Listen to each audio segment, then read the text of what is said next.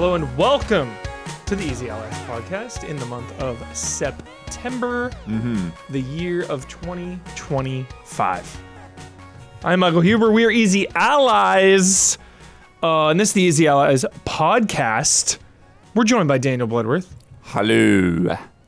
Robamiani, a.k.a. Michael Damiani. How's it going? Going well. In the control booth, making it all happen. Control Ruth. The control booth, making it all happen. Isla Hink. Hi. Now we need to have someone named Ruth sub in. I have an aunt named Ruth. Nobody Ruth. can control her. Who's baby Ruth? Ruth, baby. The Sultan of SWAT. The King of Crab. Oh, we also got Cloud. Don Casanova in there, lurking around somewhere. Yep. And way back there, Gabby Montoot. Heard some information today. I drive a lot. We live in SoCal. We live in Los Angeles, Orange County area. Got some time to listen to some things. Yeah, I listen to the radio all the time. Los Angeles has been dethroned. It is no longer the number one city with the worst traffic. Because I talk about this all the time. That is a fucking nightmare hellscape driving around this city. What's number one now? What passed it up? Atlanta, Georgia, or Houston? Incorrect. Is it American or It's is America. it... Yeah, this is in America. Okay, because I was going to say the traffic in other countries can get pretty wild. For sure. I don't have enough San Fran's of gotta a be- frame of San reference. Fran was number 5 or 4. Okay. Yeah. It's East Coast. Boston, New York, D.C. DC, number 1, worst traffic. Probably all the military Interesting. police. Yeah. I didn't even think of that. Oh, shit. Checkpoints really slow down traffic. Yeah. Racial I'm guessing that the profiling data was slows down collected traffic. like a year ago. But Yeah, probably. Well, yeah. LA, number 2. Good job, LA. We did it. Yeah. Oh, I mean, they're fighting hard to get that crown back. Closing the 405 Yep. down like every other weekend is Yep. rough. Also, right before we started this podcast, I was made aware of this, Isla. Hit it. Arkham. Look at this Lego set, dude. Yeah, it takes me before you There's see a- it about 5 seconds before. Yeah, you they- have to let her actually put it up. I'm sorry. Okay, there you go. This is the Lego set Oh, wow. to end all Lego sets. I've never wanted a Lego set like I've wanted this Lego set. There's a lot Holy happening in a shit. short amount of space. Arkham Asylum with like all the rogues gallery too. You got villains everywhere. Poison Ivy just hanging outside of the window is so Love it. sick. Love it. All for, Batwoman, dude. yeah. All the my favorites. Oh, right it's here. so sick. All for the modest price, the modest Lego price of $299 US. Right. 200. God. Oh, there's that Standard. Genesis controller. That's cool. $299 is exorbitant, but like Insane, less but exorbitant relative. than their like the fucking Rivendell one or whatever was like 800. Yeah, I forget what it was, but something recent has like $1,000 sticker. Oh, the Death Star. The Death Star's Death $1,000. Star. Star. version of it, too. That's iconic. I mean, that's like the cream of the crop, the Death Star, right? Yeah. Oh. I think I was gonna try to find it. Hell yeah. Oh wait, no. The I'm gonna Lord of try the to Rings. search by price. I don't know. Dude, Barad-dûr. Barad-dûr, $460. $460. Oh my god. Holy shit. Rivendell's down to 500. Down to $499 US. One of them was definitely like 800. Look at that Death Star though, because They have a Game that's Boy the highest I've Lego heard set of. coming out that's only $70, so some stuff's still reasonably priced. Yeah. What- Yeah. I mean, I had a lot of Yeah. Legos as a kid. All those nines. $1,000. They're playing an RPG over there. 1,000. $999.99. I love the Lego Death Star subplot in Spider-Man Homecoming when Ned wants to build it and then he's just like, Did you see Lego Star Wars Rebuild the Galaxy? no. It's honestly pretty great. I Don, don't did you see that one? even know what that is. It's honestly it's pretty good. And season 2 is coming. It's a show? It's a show. Season It's 2? on What? Disney Plus, What? but it's only like 4 episodes or something, 5 Okay. episodes. It's like a what if. It's got like Yeah. Darth Jar Jar in it and everything. Aside Oh, from it's putting me in the that. poorhouse, though, the main thing that keeps me away from doing Lego is that, like, I enjoy the assembly, but then what the heck do I do with it afterwards? It's on Like, display. You feel the vibes of Blood it. with It Lego radiates didn't- vibes. Where? on a shelf somewhere. Yeah. Somewhere. I don't have any shelf Lego space. didn't put you in the poorhouse. Years of working in video games put you pressed. No, I'm put it not in saying the that bathroom Lego sink. put me in the poorhouse. I'm saying that the poorhouse prevents me from buying a $999 Death Star. Speaking of money, Easy Chillin' was this week. Heyo! Check out the archives. We're out of the poorhouse briefly. We streamed for about 16 plus hours, 17 hours, 17 give or take. probably. Yep. We reacted to the Acclaim showcase, and we streamed a bunch of games. Brandon Jones was here. Atomic Mari was here. Jason Wishnov was here. And our fundraising window is still open until next Tuesday, so you still got a little bit of time. And as of this recording, we have raised $5,001 US, unlocking some scary streams. Yes. And a new Fiasconauts episode Hell yeah. with Brandon Jones. A new extended Trash Babies episode for Mind's Eye. We are all so pumped about this. Just crossed that threshold this morning. Yeah. No cutscenes will be skipped. Oh, we're gonna immerse ourselves. Yeah, baby. we will be Oh my. so ready. Full in. So I joked about when we started it that Mind's Eye was kind of the soft goal, the ending, if you will. Right. But to get the JRPG true ending, if we get up to 6,000, Avatar Movie Day. We're gonna have a meetup and we're gonna watch Avatar 3 together. This has the potential to be my favorite day on this planet. So 6,000, we're going to watch Avatar 3 together. I will be sitting away from you. Don't speak, don't look at me, and don't eat. No, I'm just kidding. I'm kidding. I'm mostly kidding. Also, if we get to 7,000, opinion yell, community chooses the topic. Don says for 7,000 he'll sit next to you with a pizza. The opinion yell will be about that moment. Dude, Damiani and I saw Karate Kid together. It was glorious. Sat right next to each other. Hot dog? I don't think we ate. I don't think we ate. No, we didn't eat. We ate before. Yeah, but it was perfect. I knew, respected Huber. I was like, no food or anything in the theater. Let's go. You can eat around me. It's fine. I promise. I mean, nowadays you finish whatever you're eating before the movie even starts. Oh my God. Yeah, I've been seeing a lot of movies lately, and it's like 30 minutes now is the new 20 for real. 30 They're going to subtract minutes. 5 minutes now. Yeah. AMC said they're going to delete 5 minutes good. from the pre-show. It's out of hand. It's crazy. And then if we get to 8,000, the final goal, baby steps in real life. Will you explain this, Blood? Yeah, so Devolver sent us Baby Steps onesies, just like the ones that are in the game. And so, we will put those on. We're going out to Joshua Tree Breaking Bad style. Yeah. Dude. And also one of the things, at least from the demo I played, like one of the things to like challenges in Baby Steps is to like get up to like hard to reach places and get hats. Yeah. And so, I'll just pull a bunch of hats out of the closet, hats out of the other room, and we'll just find places to stick them and see if we can get to that. It's very funny. But I also want to use the game sound too. Because that for one, the quote unquote music, it's insane. But then like all of the like call outs and stuff, like as he's falling over and that kind of thing, like I think that'd be pretty fun. I agree. We do these fundraisers twice a year to help Easy Allies keep going, paying the bills, just basic upkeep fundraisers. So I just want to thank everyone for joining us for hashtag all17 and just contributing any way you can. Every cent matters and is so awesome. It really means a lot to us. So thank you all. And also, Those donation links never turn off either. Yeah. So Yeah. if you ever want to, go for it. and also, free dice roll. Thank the mods and hydrate. Oh my God. Love thank you, mods, so much. Yeah, now that we cross 5,000, we do owe a dice roll next stream. Oh yeah. Also, special shout out to Soul Tab, Heck yeah. who specifically reached out after last week's episode to fund Blood's TGS trip. He will be there. Yep, I'm getting all the emails now. I gotta start putting a schedule together tomorrow.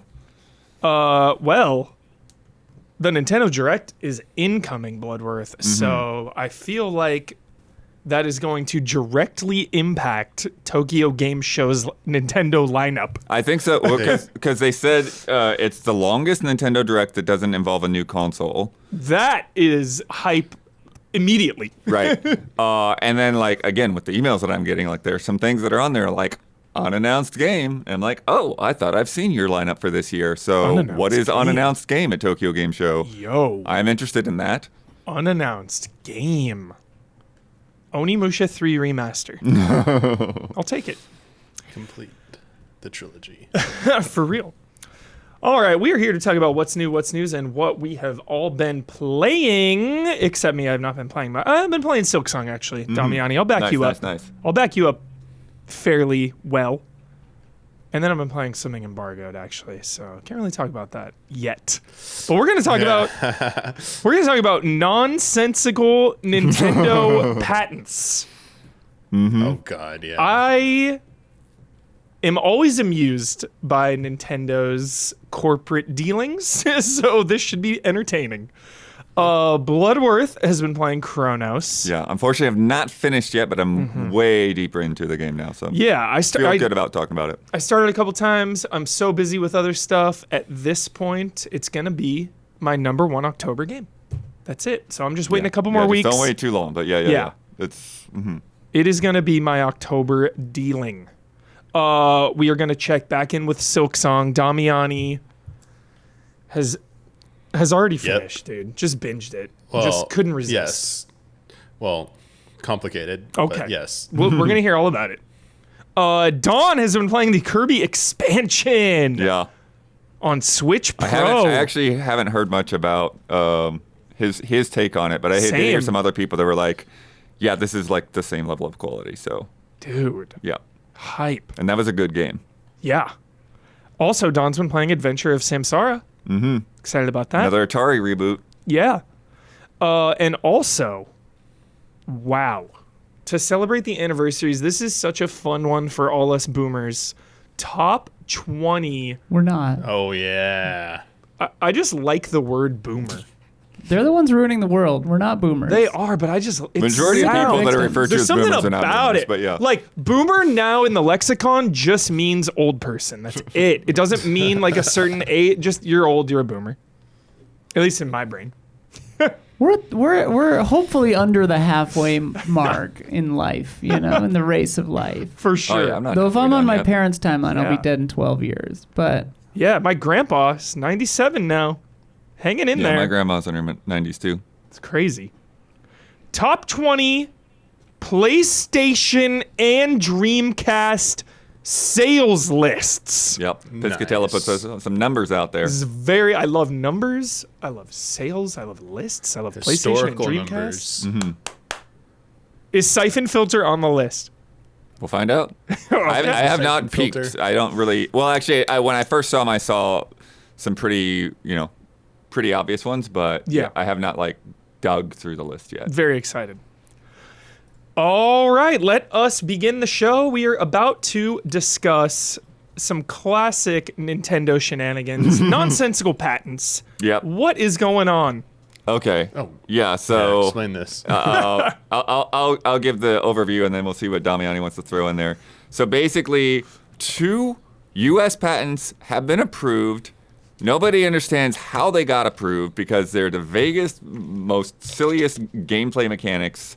So basically, the main one that people are talking about is they have patented the idea of summoning another character and having it fight a character. So you toss a Pokemon out, and then it attacks something on the field. Stop. And then they even they included in the patent, if there's not an enemy there, then the Pokemon just kind of idles around and hangs out. But it's like, what?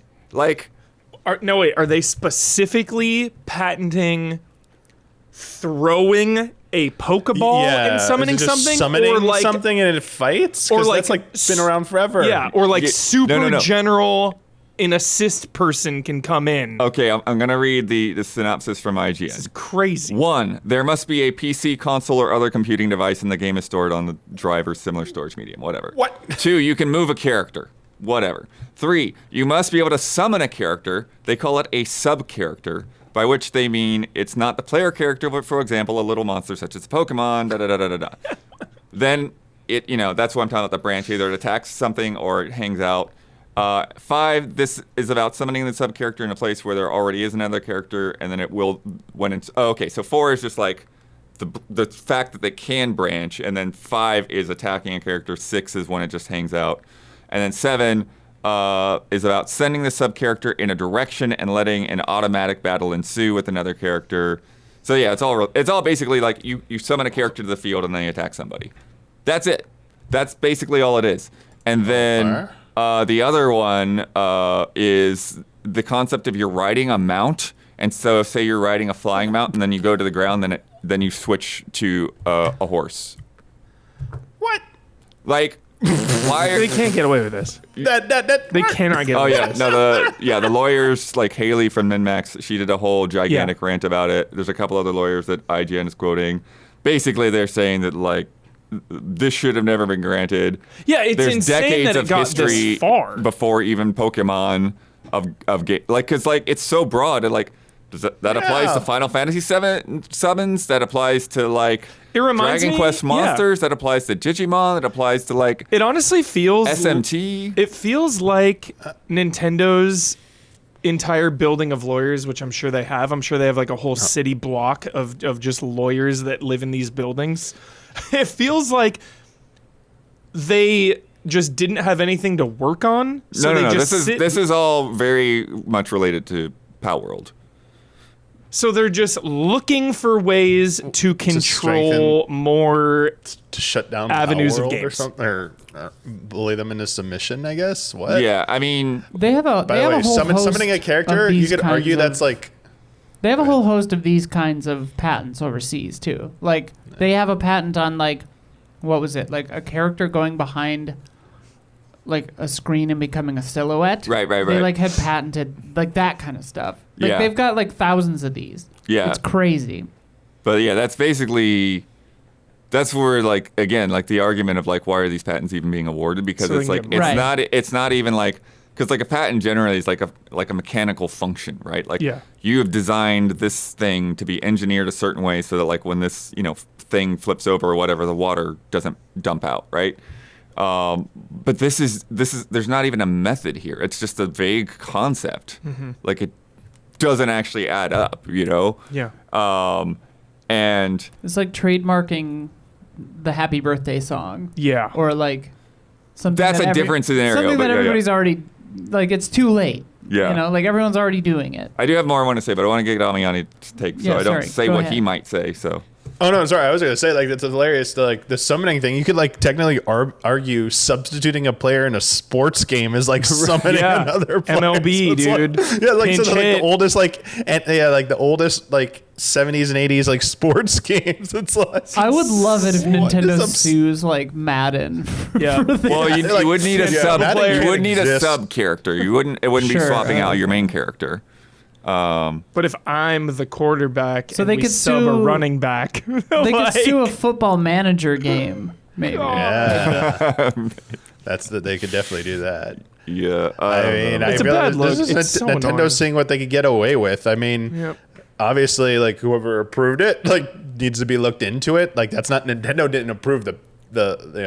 Now my question is, are these like approved or are they pending? I wasn't like entirely sure. They were granted, saw- I believe. Yeah. So if they were granted, then it's like more insane. If they're, Yeah, like, they were approved. Yeah, Haley's first thing, because she has a giant rant, like I said. Got it. She's Okay, like, you're so, joking like- that this was approved. Yeah, the person who the person, whoever the process was, I got to approve, that needs to be like reevaluated. But also like Nintendo just has a history of seeing what they can get away with, and even precedents that we thought were set, regarding like emulation and stuff, they have been pushing back against that and saying like, oh, those rulings were how many years ago? Maybe we'll try our luck, kind of like in the current environment. It's like, oh, there's precedents, let's see if they still hold up and stuff. So it's like Nintendo is just doing what it seems like is the trend right now. It's like, oh, that was a statute like 20, 30, 40 years How much ago. can you Well, let's see manipulate? if it still holds up today. Let's see if Yeah. everyone changes their minds and stuff. And it's like, all right, but I mean, it definitely needs pushback. Like I'm glad, some people are speaking out about it. I'm glad. But I hope it leads to something. I guess, like, because this is just absurd. Like patent trolling and stuff like that. It's just like absurdist stuff. I know Nintendo's been on like the receiving end a few times, like with some like weird obscure like patents during the Wii era that like smaller companies tried to like go after Nintendo for like motion or something. So like it goes they have been it too, but like they're just as bad. But it also like the patent system seems like it's just kind of like maybe broken in this country just in general. I mean, it's not just this country, but yeah, these kinds of like, again, like just vague conceptual ideas, like you're not doing anything functionally like even similar, like, right? So it's so crazy. I mean, the thing is it just kind of shows to me that like the actual heart of what Nintendo's trying to get at, and the power case in particular, it's like they don't actually have the ammo for the thing that they're actually upset about. So they're just trying to throw whatever else at the wall that can stick. Because obviously, like, when we all saw Pal World and we saw those pals and, like, the character designs, it's like, yo, that just looks like it was lifted out of a Pokemon game and, like, you changed a mustache or something, right? But if they could go that route, then they would. And clearly, like, there is enough of, you know, copyright law towards like they can't do that. Yeah. So they're gonna try to throw all these other things out there. But it does seem to me like, even though that this was approved, that if it were actually to go into a court case, that the judge might throw this thing out. Yeah. Because there's just so many other games long before this was approved, long before Nintendo did anything like this. Like it just doesn't make any sense. Yeah. The court calls the commissioner of the NFL to the stand. It's like, yeah. I mean, I do kind of think that's a good point. You're saying like the throwing is like you were saying throwing what they could to see what at the wall to see what sticks, but also like it could just be a simple tactic of like also just like overwhelming. Like just keep bogging down Pal World and their lawyers, unlimited and their legal team resources, with constant like legal challenges that it's just going to tie them up in fees and time. Like the kick the can down the road, delay, and like the blood sucking lawyers. And eventually, it might hurt. That might hurt them enough that they, it's a war of attrition at that point. So, yeah, I mean, that's what happens when you have a company like Nintendo has that much money, that they're willing to burn. And especially when it comes to something that's so close to Pokemon, because there have definitely been things that have flown too close to the sun. Yeah. All the way back to like that Project Wiki game that looked like Wind Waker, to Genshin looking like, Breath of the Wild, and when it initially was revealed. People were like, wait, what? Why does this look like Breath of the Wild? And Nintendo's really never gone that hard after stuff. But Pokemon, I think, is like, they don't mess, like if there's one thing they really don't mess around with, it's Pokemon.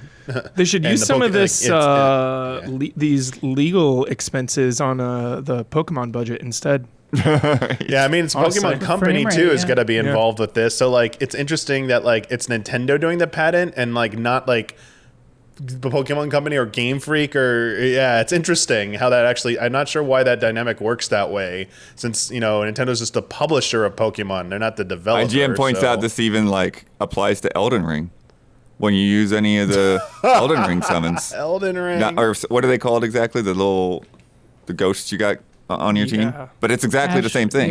That's exactly it. Yeah. Like it's actually. The described functionality is Nintendo, more why are you similar so annoying to sometimes? Elden Ring than it is to Pokemon. Yeah. Like, It's crazy. but also like the thing is Nintendo also has to like choose to enforce patents. Like Right. I do remember like there have been times where people said like they don't go after certain stuff. It's like in this instance, like again, it seems cut and dry that it's very specifically targeting Pal World. Everything they're doing is to try and punish Pal World for existing. Because that's the thing is like there's a lot of things that people get that people get upset of Nintendo going after, right? But there's also tons of things that Nintendo lets slide, right? Damiani, when it comes to like what they could do in terms of copyright, like when we're playing games, like we get annoyed when we get a copyright strike from like Dua Lipa or something, right? But like every single company that Our owns, nemesis, Dua Why are you Lipa. coming after us, Dua Lipa? but like, Come on. or Metallica, right? No quarrel. But every single company that owns music could do that, right? But like the game companies like Nintendo, they generally know that, like, you know, it's not really in our best interest to go after every single streamer that's playing our games. What they could. And sometimes, like, when you see somebody, like, playing a game early that they got out of a store that shouldn't have sold it to them, then they used that to take down the video. Yeah. Yeah, exactly. I mean, that goes, like, you know, just to what their, you know, PR, you know, what's good PR or not. But I do also wonder how much of the time we think it's like benevolence. It's just actually ignorance or not necessarily willful, that like maybe the legal team was just not made aware of something. Because I definitely heard stories about certain people at a company were aware of an incident and were doing their best to make sure it didn't reach certain eyes because they didn't want it to become a bigger deal and let it blow over, because if it got to other eyes, it would have blown up and become a bigger deal. So I wonder how many times like the people, it doesn't reach the certain ears at the company, so they don't do, it's not actionable to them because they just don't know about it. They're like, oh, we didn't know about so-and-so doing it. But also at the same time, it's like, I do wonder if it's like a matter of time. They're like, yeah, like I saw some comments in chat about like, yeah, they're like, when I said they're only going to use this against Pal World, like they're not going to go after like Elden Ring, they're not going to go after like Digimon, but like, is it really Blast radius? Like you're putting a lot of trust there. Like we're saying that like it's a fact, but it's also like, who's to say like in a few years they don't change their mind and like, actually something happened and we don't like Digimon anymore and we have legal status, so like with the patents we're gonna go after Digimon now because it makes sense, you know. Yeah, like it's just too much power to wield, and like the way it's being granted, you know, is very questionable. So I think it's, you know, it just causes a lot of headaches for people, and yeah, as we said, just definitely need to like, hopefully someone can keep raising the alarm and they can like, you know, take a deeper look into this, because this sucks. Yeah, it's gross. Yeah, I've got two closing tweets from Haley to kind of wrap this up. Patents are meant to reward ingenuity for new, useful, and non-obvious inventions like and that. improvements. But instead, in the game space, they are being used to attempt to block ingenuity by granting monopoly periods to game mechanics, which arguably do not meet the basic criteria for patentability. Game mechanic patents are bad for the industry, and they are bad patents. They are an abuse of the system, which is clearly decades behind with games, and are using the guise of software language to protect ideas to instill fear into the marketplace. They will make your future favorite games worse. Straight up. Thanks, Nintendo. Appreciate it. Your favorite games worse, damn. Alrighty. Bad vibes. Yeah. Just bad vibes. I don't like it. Makes me uncomfortable. Doesn't make me feel good. Right. Makes me respect Nintendo just a little less today. I mean, it doesn't make me feel bad. It just makes me like facepalm. Yep. It's like, this is just dumb. Yeah. Don't worry, I mean, we'll all feel a lot better tomorrow after the direct. It's like what Damiani was saying. It's like they're just seeing what they can get away with. I almost imagine someone at Nintendo, like their lawyers, when this was granted, their lawyer was just like, "Wait, really? Okay, like let's go for it." Well, like, yeah, I didn't dig too deep into it, but apparently the one with the mounts was initially rejected, and then I guess they appealed, and then it got granted. funny. Good stuff. Right. Talking about something fucking sick. Cronos, the new dawn. Heck yeah. The Evil Within of 2025. The best survival horror game of 2025 until Silent Hill F, maybe. We'll see. I hope so. That will be interesting. That will be interesting. Cronos, the new dawn. Blood, you've been playing a ton more. Yeah. Because we got bogged down with like Gamescom. Yep. Everything. So much going on. Yeah, I was hoping to finish before today. Like I said, I haven't quite got there yet, but I've gotten deep enough into it to where it's like, okay, this is kind of like the central hub area that you go like after you do this target and that target and all that. So, but yeah, so this is Bloober Team's new game, So sick. new original IP. Yeah. And man, it's such a cool blend of a lot of different layers, right? Because like you're saying, like Evil Within, that's definitely there because like you've got bodies and you want to burn the bodies, and there's a lot of strategy to like when you decide to do that with your resources. And just how like visceral the combat is. Like a couple enemies pop out Right, and you're right. like, oh my god, it's an enemy. Ah! Yeah, and it's very, very hardcore in terms of like resource management. Yes. And like make sure like you use every bullet effectively. And then I haven't felt this bad about missing a shot blood in years. Yeah. Take advantage of those charge shots. Take advantage of anything in the environment that could help you out.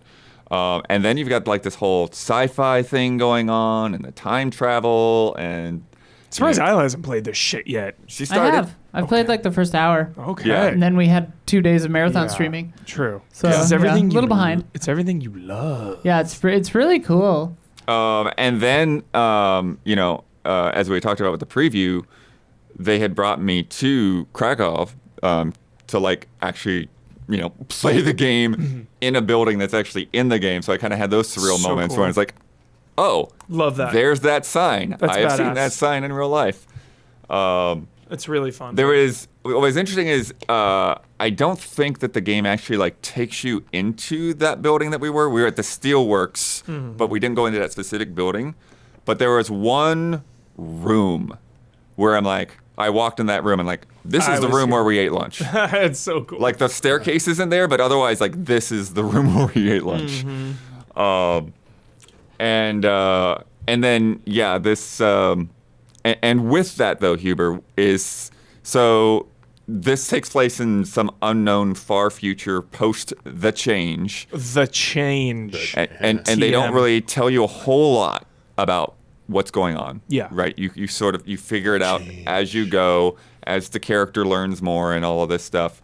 And then you find these rifts to go back in time to when all this stuff was beginning, which is 1981. Going back in time. And 1981 Poland, which was Soviet occupation. Yeah. And so you have a lot of that plays into it, where it's like, okay, you see like the Soviet mindset and like how they were trying to like keep things under wraps and like what they were wanting to do. So intense. And I think I haven't quite gotten there yet, but I think that like also part of those Soviet mindsets might have something to do with her organization, the collective, and all that. Like, I don't know for sure, but I'm starting to feel like some parallels might be there.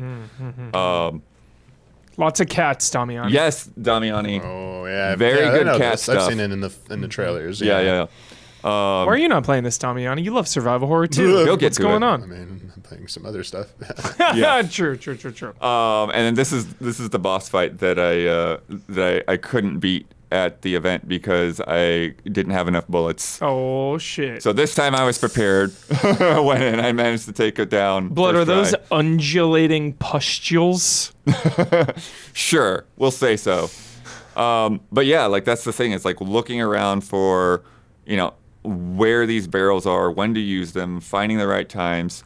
One of the things that I actually really appreciate, Huber, with the encounter design and enemy design stuff is that it's like we're talking about the burning mechanic, right? Burning the bodies, because Yep. what will happen is a live enemy will go up to a body, and then they'll initiate what they call the merge. So sick. And so whatever enemy is on the ground, they will absorb those attributes. It's one of my favorite so mechanics If of you've killed a 2025. spitter and then this guy comes up and absorbs a spitter, now this guy is an armored spitter. Yeah. And like now you've got problems, right? It's and insane. They get bigger and bigger. It's like bloated guys get spikes and like all of this stuff. And it's so awesome, Blood, because the game really pushes back. It is challenging. Yeah. So when that mechanic actually happens, like when a merge happens, it is so high stakes. Yeah. It is so dangerous. It is so threatening. So anytime that goes down, it's like, it's like actual fear. Right. And one of the things too with that is that, with your flamethrower, like you start off, you can only hold one flamethrower charge at a time. So it's like you can be tempted First to thing like, to upgrade. clear a room. Yeah. But then if you clear a room, then you don't have a flame for when stuff is really going down. And then there's another aspect to that where I've gotten to a couple of places now where, because you get to a point where I've been in rooms where there's a ton of enemies, but they're not aggroed yet. Yeah. And so again, it's like that temptation is like, I'm going to clear the room, but then you look at your bullets and I'm like, this is a bad idea. It's a bad idea. If I start shooting, like this is not going to work. Yeah.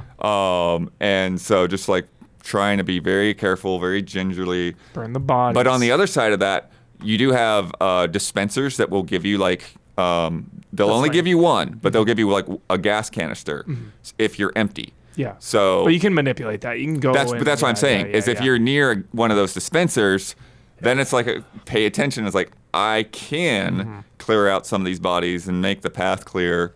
Yeah. And keep an eye on that stuff. Full on Stranger Things riffs, Damiani. Yo. Music is Like, great. Full on, dude. One thing that's actually kind of cool that I noticed about the music, Huber, too, is you've got that great like save room theme. Yeah. Oh. The save rooms, some of them will be like more built out than others based on the predecessor that came before you. And so I got to one where this person had like really built one out, and so it was the same save room theme, but now it had like vocals and stuff all sick. layered up in top of it. That's awesome. And so now this is the first time that you jump back to 1981 and you're looking for somebody, and this was one of the things I was really surprised by because I thought that like, okay, we're gonna go to this thing. There's gonna be like, oh, we'll look around an apartment or whatever, and then we'll find the guy and we'll go back. It's like, no, the whole place. No, it is a whole other level to explore. You're in the 80s now. In 81. And this is where, because this is the same team that did The Medium. Yeah. This is where that parallel comes up. Which I'm medium on. Right. No, true. Yeah. I like that game. It has issues. But the whole thing with The Medium is that, like, you saw the same space side by side. Yep. Yeah. And when you go into the past here, it's kind of that same kind of thing. It's like you've walked through this level when it was all torn up, all of these zombies everywhere, all that. And now you get to see how it was when there were people living here. Yeah. You know, and then you get into other parts that, like, this was not accessible anymore because it was just destroyed. Totally. You were talking about inventory management, which I it is huge. Praise. I really love it. That crafting resources, you can only hold like a certain amount, and sometimes that'll bog your inventory down as well. Yeah. So I really love it because it really cuts down on the survival horror hoarding that so many of us love to do. You know, save those magnum rounds, save your resources. You can't. You cannot. It really forces you to, like, you're out of space. Make some bullets or a med pack. Choose right now. Well, that's the other thing. Love That's that. one of the things I was thinking about today, Huber, is that, like, even the crafting resources are very like slim. So it's like you get chemicals and you get metal parts, and those are the things that will make all of your different combinations of those will make all of your different weapons and all of your different health. And you can only hold so much of each of those categories at a time, and you can upgrade. So you can hold more as the game goes on, but you still can never really hold a lot. Yeah. You can throw things in the box, which is helpful, but a lot of the times that doesn't, you know, it's not instantly accessible to you. And the same thing with like a pack of bullets, right? So like you can put, like, let's say, you know, like this point in the game, I can hold like 9 bullets in my pistol. But then if I have any more bullets, that's taking up an inventory slot. Exactly. So then that's the question. It's like, okay, you know, how am I going to manage, like, okay, I've got bullets and I've got grenades and I've got like shotgun shells, but then I also need to have room for a key. You definitely don't have a big briefcase like Leon does, Right. Damiani. And then and then if you pick up something that's like a valuable, which you can sell in the shop to like get more resources for upgrades, that also takes up a whole inventory slot. Cores, which you need to like upgrade your suit. Yeah, those key. don't stack. Yeah. Each core takes up a single inventory It's slot. So you got to crazy. stick those things in the box if It's you don't have crazy. enough. And then we showed it earlier, the bolt cutters. Like, you'll come across rooms where you need those bolt cutters for, but like carrying the bolt cutters around all the time is a bad idea. I'm carrying because that everywhere, bro. no, you gotta stash them and be ready. Door will be missed. Well, no, but I mean, so far I haven't found a place where like a door was missed because I wasn't currently carrying them. Okay. But it's like you find the door. And it's like, okay, make a note of that. Like, next save room. Yeah. We're gonna grab the bolt Backtrack cutters there. and come back here. Hell yeah, blood. But then so then the reason that you're going back in time is in time. Sorry. one, it's a little bit of a mystery, and it's one thing that's really great about this game is like you're piecing Good together carrot. a mystery along with the horror, and so you don't really know why you're doing this, but the purpose is that you go back to find these key figures that you're directed to collect their essences from, and you basically just take out this big like spider thing from your arm and like suck them up. Yeah, just suck up their soul. It's disturbing. Into this thing they call a phylactery. Phylactery.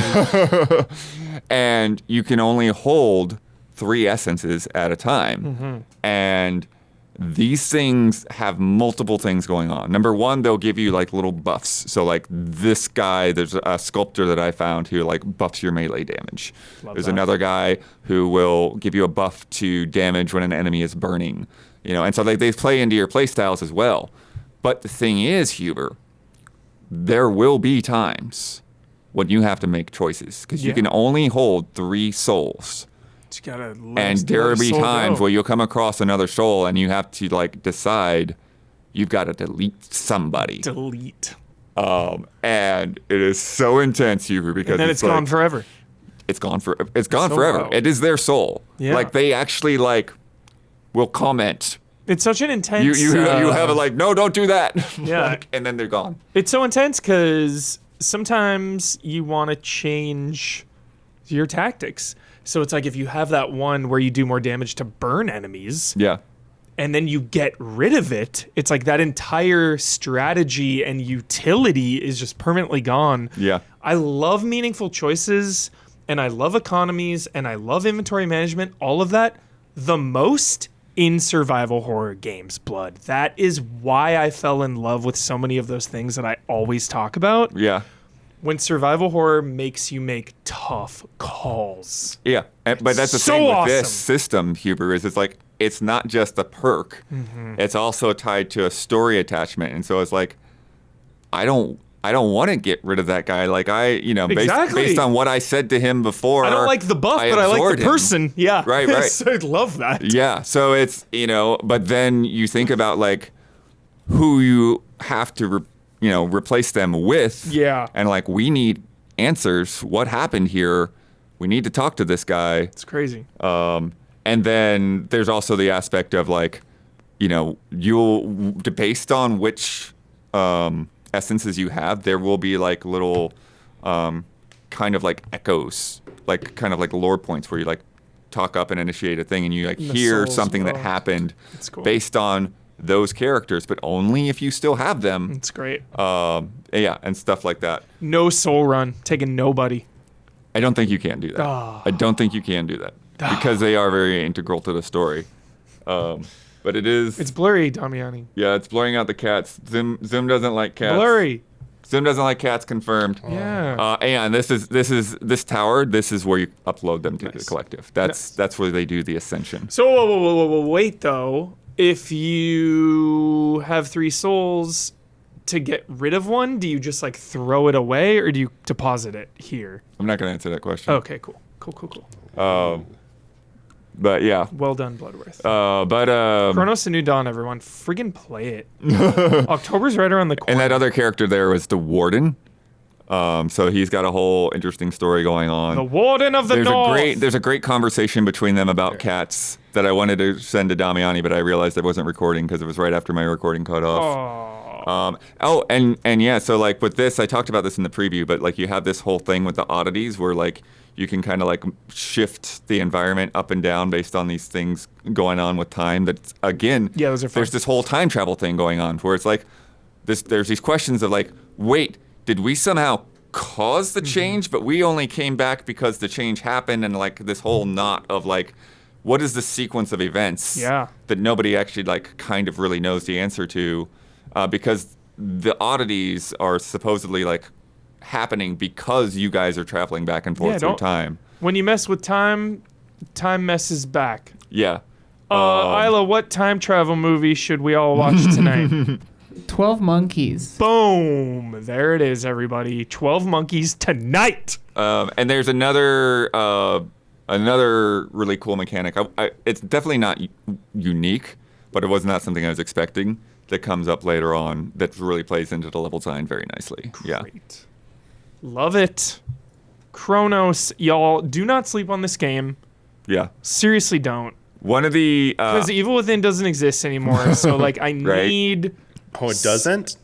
Well, there's not a new one, he said. yeah. Okay, I was And, gonna say I can't play 1 or 2 Mikami anymore. and it's all just weird, Damiani. It's not looking great for that franchise. So I need a new avenue. I need a new outlet. Yeah. One of the things I tweeted the other day, Huber, was because I needed a break. I was like, I need to get some chips. But I need to get to what kind of chips? I had some Doritos. Yeah. What kind of Doritos? Just standard nacho cheese. Okay. But anyways, but what I tweeted was like, survival horror is like such a funny genre because it's like your whole time you can be like, I can't wait to get out of this freaking hospital. Yeah, man. I know, right? And that's a compliment. It is. Right. It's like, I cannot wait to get out of here. I love that place 10 out of 10. It's like, just get me out of here. It's so freaking intense. That's just Stuff Silent around Hill every 2 corner. the entire time. And also that thing, like the more that hell you out. play that, like when you do come across like, oh, they're giving me a bunch of bullets. Holy crap. What's coming? What's Load around you the up. next corner now? Yep. You like interact with a door. You're like, right behind this door. Here it comes. This is so good. Cronos and New Dawn, everybody from Bloober, the lovely developers of Layers of Fear and most recently Silent Hill 2, that freaking masterpiece. Yeah. So don't skip it. Really, really dig it so far. Hell yeah. Cronos. And I know it is semi-cheaper. I'm going to give Is you the it? price. Yeah. I lied. It's got to be 60 like bucks. 60, right? 60. Yeah. So not 70. 60 bones. Very positive on Steam. You love to see. Nice. All right, next up, we got a Don Casanova special. Kirby and the Forgotten Land expansion. Yeah. Star-Crossed Worlds, right? Star-Crossed World. Crossed One world. Hot cross buns. Star-Crossed Oh, yes, World. the Star-Crossed World. Kirby and the Forgotten Land, also Nintendo Switch 2 edition. Oh, this is the upgrade pack. It's $20. Yeah. $20 for the DLC So that makes it 80 upgrade. total, Yeah. but yeah. So 20 bones for this if you already own it. Don, what can you tell us about it? Where do you stand? What is going on? Fill us all in. Yeah, Star-Crossed World. So Kirby, Forgotten Land. I loved Kirby and I loved Kirby and the Forgotten Land. Look at that picture-in-picture, fancy. How do I pull in Star-Crossed Land? Well, if like that one, you've done this before. We're going full screen. All right, it's a little B-roll snafu there for the live audience. Bro. So the game is sick. Obviously, I beat Forgotten Land a couple years ago, whenever it came out. I loved it. It was beautiful and all this. Then I got a small little taste of this Star-Crossed World at the Switch 2 event I went to. Yeah. Yeah. And it seemed incredible. I got to play one stage, which I just noted was like amazing for this opening stage right here, actually, that you're seeing. Yeah. Forgotten Land was March 2022, Don. It's been over 3 years. Yeah, Wow. so it was a while ago. I have, though, recently actually been like, I was somewhat refreshed on it because one of my sons has been playing it actually a lot. So I have been like rewatching a lot of it. I rewatched pretty much the whole game recently. So I still feel like I had a pretty good handle on what was happening with this game. But jumping right into the Star-Crossed World, it's neat, like it starts off with a fresh story, this mysterious black heart-shaped evil-looking meteorite, descends into the world that already exists Venom. in Forgotten Land. And it creates this little island just off the seashore. If you remember what that first area, there it is, right there. You're Okay, actually see seeing it, the island yeah. off there to the right there. Yeah, it's a giant heart-looking meteorite. Yeah. Yes, and it spreads all these little ice crystals. I don't know if they're crystals or ice. I don't know if it's ever made clear. Some combination of the two. Yeah, I think they're crystals, not ice, but yeah. Yeah, this blue. They have a real beautiful sparkle and sheen to them. Just graphically, it's lovely to see this crystal effect that sort of takes over this Forgotten Land and spreads around the world that you've been through, and it spreads out all these little starries, which are like these little critters, these little creatures that are encased in ice cubes. And so you've got to traverse all these new levels, old levels, but they've made them new by essentially reshaping the entire levels, and then a lot of it is just basically like brand new for the most part. What it is, this ice affects basically 2 stages in each land that you go through. So I believe there's about 12 new stages that are built on top of existing stages that were there before. And the level design is excellent on each of these. That was one of my first questions coming into this when I got a chance to play it at the preview event, was like, how much of the entire game did they reinvent? Is this just going to be limited? And so when I found out it was only 2 levels, I say only because I guess I was kind of expecting it to be encompassing more than it does, but it encompasses 2 levels per zone. Okay. Overall throughout the game. Each level is very, very well done, so it feels good in that sense, but I guess initially I might have expected a little bit more. One of the reasons also with that is just like, although these are really well-designed levels that they've added to this and stages and areas and everything, it's like the challenge is not not a lot of pushback. You pretty much roll right through this thing. And Kirby, Forgotten Land in the first place isn't like a huge challenge, but it had a lot of stages, and so you do get some pretty good challenge at some point. So, but I cut through this whole DLC or whatever you want to call it pretty quickly, and then I got to the they have the final boss, which obviously pushed back a little bit. I just want to say, if I have any criticism of the game, it probably would be that the final boss was maybe just, without any spoilers, just a little more familiar than you'd like it to be. Oh, interesting. Yeah, in terms of what the final boss was, in the game and everything like that. But it's a good challenge, the final boss. And nice. then as Kirby is so good at, no spoilers, but the end game on Kirby's are always like top notch. They always have a few surprises up their sleeve. So anyway, getting into some of the details of this. Yeah, I have this gameplay full screen, so feel free to cut me off if you all have any questions, by the way. I'm just going. But, so to get into But, I mean, you were talking about the post-game stuff, right? There's another, I know they added more, another boss run and stuff like that. Yeah, exactly. There's a little bit beyond. You don't want to spoil it, but there's stuff beyond also that they add just, beyond the final boss that you fight and everything like that. But essentially, the main core of this is these 12 new stages and these couple big boss battles at the end.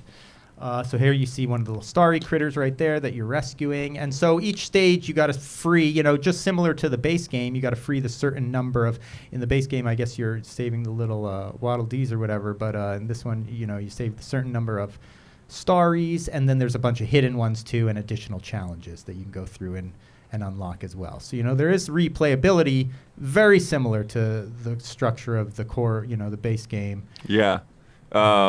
They show off some of the new abilities in there. Did you like those? The spring and the gear and the I loved them. Slaloming. They look sign. so fun. The gear looks really fun. So 3 new abilities. The spring is the first thing Kirby can swallow, and this gives him the ability to be able to like charge up and launch high up into the air, and also to do essentially what is a butt slam, a forced kind of slam down onto the ground.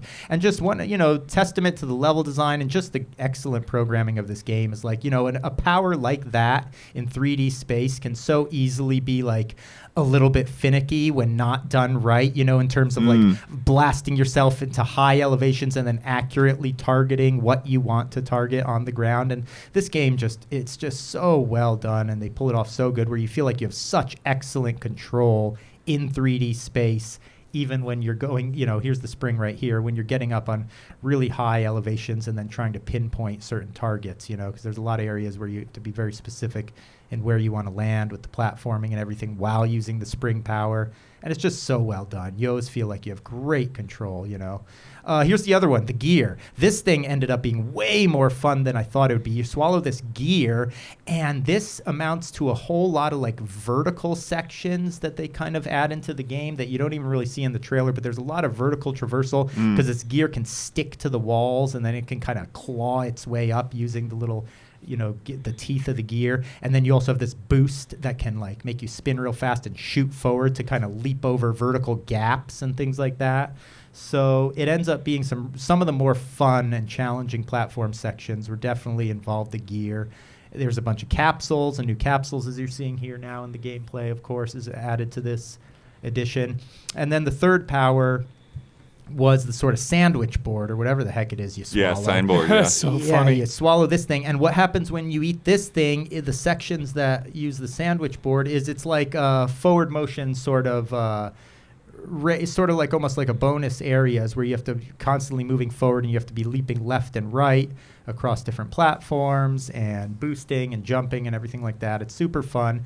And I should mention, too, one of the main elements in all of this is you're activating these sort of blue crystal flower type things all through the stage. Every time you strike one of these things, it creates a whole new platform, a whole new area you can kind of traverse. So during those sandwich board sections, you're having to do that kind of like this you see with the car right there, similar to that, where like you're constantly having to react. You got to get them in time. And create these sections and then know where to leap. And they have a whole bunch of hidden things in those. So those little courses are really fun to like, especially at the end of it, you get the option to jump on a star real quick to replay it if you want to try to perfect it. So super addictive, super fun little segments within the stage. You know, these are always buried somewhere within the larger stage that a section you can do, but you can replay just that section, which is really well done. So all the power-ups are fun. There are 3 of them. They're all very satisfying. Are you intrigued to replay old levels in the new format? I mean, like that? That's the thing. Even though they add the new powers and everything, they're essentially pretty much just for the new areas for the most part, because they're not, you know, they're all these powers that you swallow. So they're all placed in specific areas for specific sections. So that's one thing, is there wasn't like a lot of stuff in terms of just like universal powers that you could have. And also because I assume most everyone, when they pick up this Starcross World, already has all their abilities like already super leveled up and all of that maxed out. So it's like that's one of the things, is like the other powers that you are bringing into that aren't the, you know, that are the permanent abilities, those really help you, I think, just get through all this content with kind of ease, because you're super powered already at the, you know, you're basically like New Game Plus kind of. So do you get some good Kirby lore in there? I'll just say it's a nice story they added. They have a lot of cutscenes. Yeah, they add to the story in a really nice way. It all looks great. I mean, again, the performance upgrade, whatever they did, looks really great. The most noticeable thing, you know, well-known creatures, enemies in the distance, as you can see from this trailer, they all look fine now. They're animating at a normal frame rate, better, which was a big issue in the first game. It looks gorgeous. I mean, you could say, it's polished even more. I mean, it just looks lovely. It already looked lovely. This game was definitely one of the best looking games on the Switch. Yeah, so beautiful. It just looks stunning. And the Switch is flexing on this game. Well, that's the thing that definitely doesn't come across too in trailers and everything. Just that effect. If you look at that crystalline effect and the way it's moving and shimmering and kind of these waves of color moving through it and stuff, there you see, you know, your expanding platforms and stuff. All that kind of stuff hitting the flowers. It just looks beautiful, beautiful, beautiful. So a lot of fun, about as much fun as I guess I'd hoped for. I mean, initially, I guess maybe I expected a bit more overall, that it was going to somehow affect a larger portion of the game. But it's a clever way of how they kind of integrated it into the existing base game, you know, and then just the new powers and everything like that are really fun. So sick. If you liked it, it's a guarantee that you're going to love this. Yeah, if you liked the first one, you know you're going to really love this expansion or whatever you want to call it. Love that. Yeah. Kirby, kind of a Ada Wong situation. True origins, unknown. Yeah. Still to this day.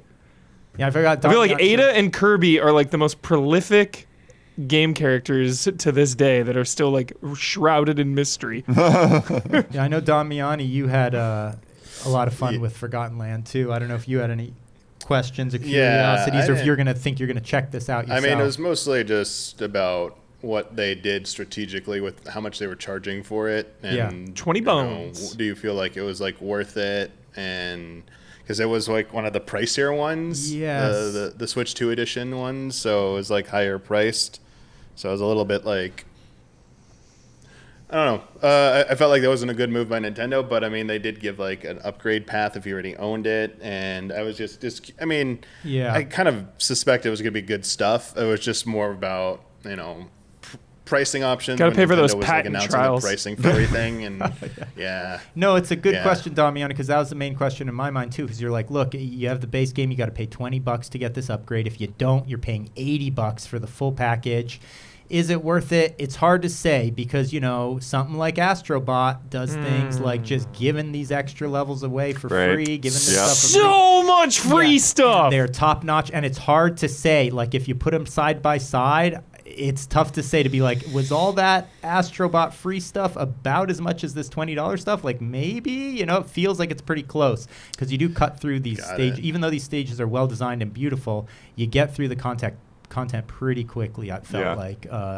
It's like tough to say in that sense. But on the same, on the other hand, it's like if you're looking at something to play on the Switch too, you could argue, this is definitely, it looks like one of the best run. possible games I feel like to play on Switch 2 for sure. today. Yeah, it's a must-have. If you don't have it, it's pretty much like an essential. If you have any kind of love for a 3D platformer, Totally. It's very well done. And if you love the original, if you're willing to pay $20, not like you're going to be disappointed. You're not going to feel ripped off, but like we said, Kirby is always a feel-good game to me.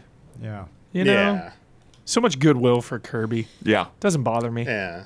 And that base game is just so good. That's you could the maybe thing, argue it's worth the price that they're charging.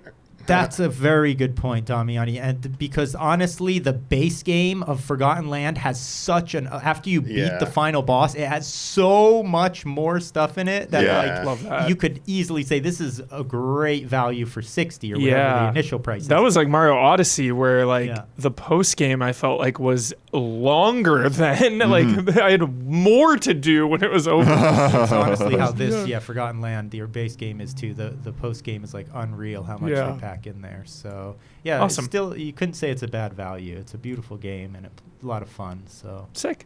Yep. Kirby and Forgotten Land. Thanks, son. 100%. You've been playing one other one. Yes. The Adventure of Samsara. The Adventure of Samsara. Yeah. We played this at We got a small taste. Summer Game Fest. SGF, right? Yeah. Yeah. We got a little sample. It was awesome. Yeah. So this is again, Atari doing something really neat Hey, Blood, that's you. with one of their old IPs. I mean, now not as direct as they've done before. They did it with Yars. Blood and I got into Yars Rising, the sort of reinvention of this old abstract game they used to have. So now this Adventure of Samsara is apparently like a light spiritual successor to their old game, but well-known game Adventure, which I never played. Yeah. But you know anything about Adventure, Damiani? Atari Adventure? Yes. Yeah. It's the game with the first Easter egg. Yeah, right, exactly. But also the block, you moved around, there's castles, dragons, keys. I mean, obviously it's Atari graphics, but for the time it was it was before Zelda. The screen moving. It didn't scroll the screen, but you were on a screen, you can move to the next screen. It was similar to Zelda 1. Zelda kind of takes a little bit of its world design inspiration from Adventure for sure. Yeah. For sure. That's original Legend of Zelda. Sorry for NES. That's a great way to describe it. Yeah, really all about exploring. And I'm glad you mentioned those things. The castle, the keys, and the dragons, because those are the three tangible things that you can really see the connective tissue between this and the old Adventure. About the only thing I can see. Yeah, I'm seeing a lot of looking at this lasers stuff, and it's laser gigantic cannons. monsters. A lot of lasers. No, exactly. Honestly, this is much of a farther stretch than kind of Yars was and everything like that. But you see those connections because this is a Metroidvania. A lot of the exploration is all about finding these different keys to gain you access to different sections of the castle. There are these multiple dragon, sort of creatures that you have to encounter and battle repeatedly and stuff. And then, so that's where the connection lies, I guess.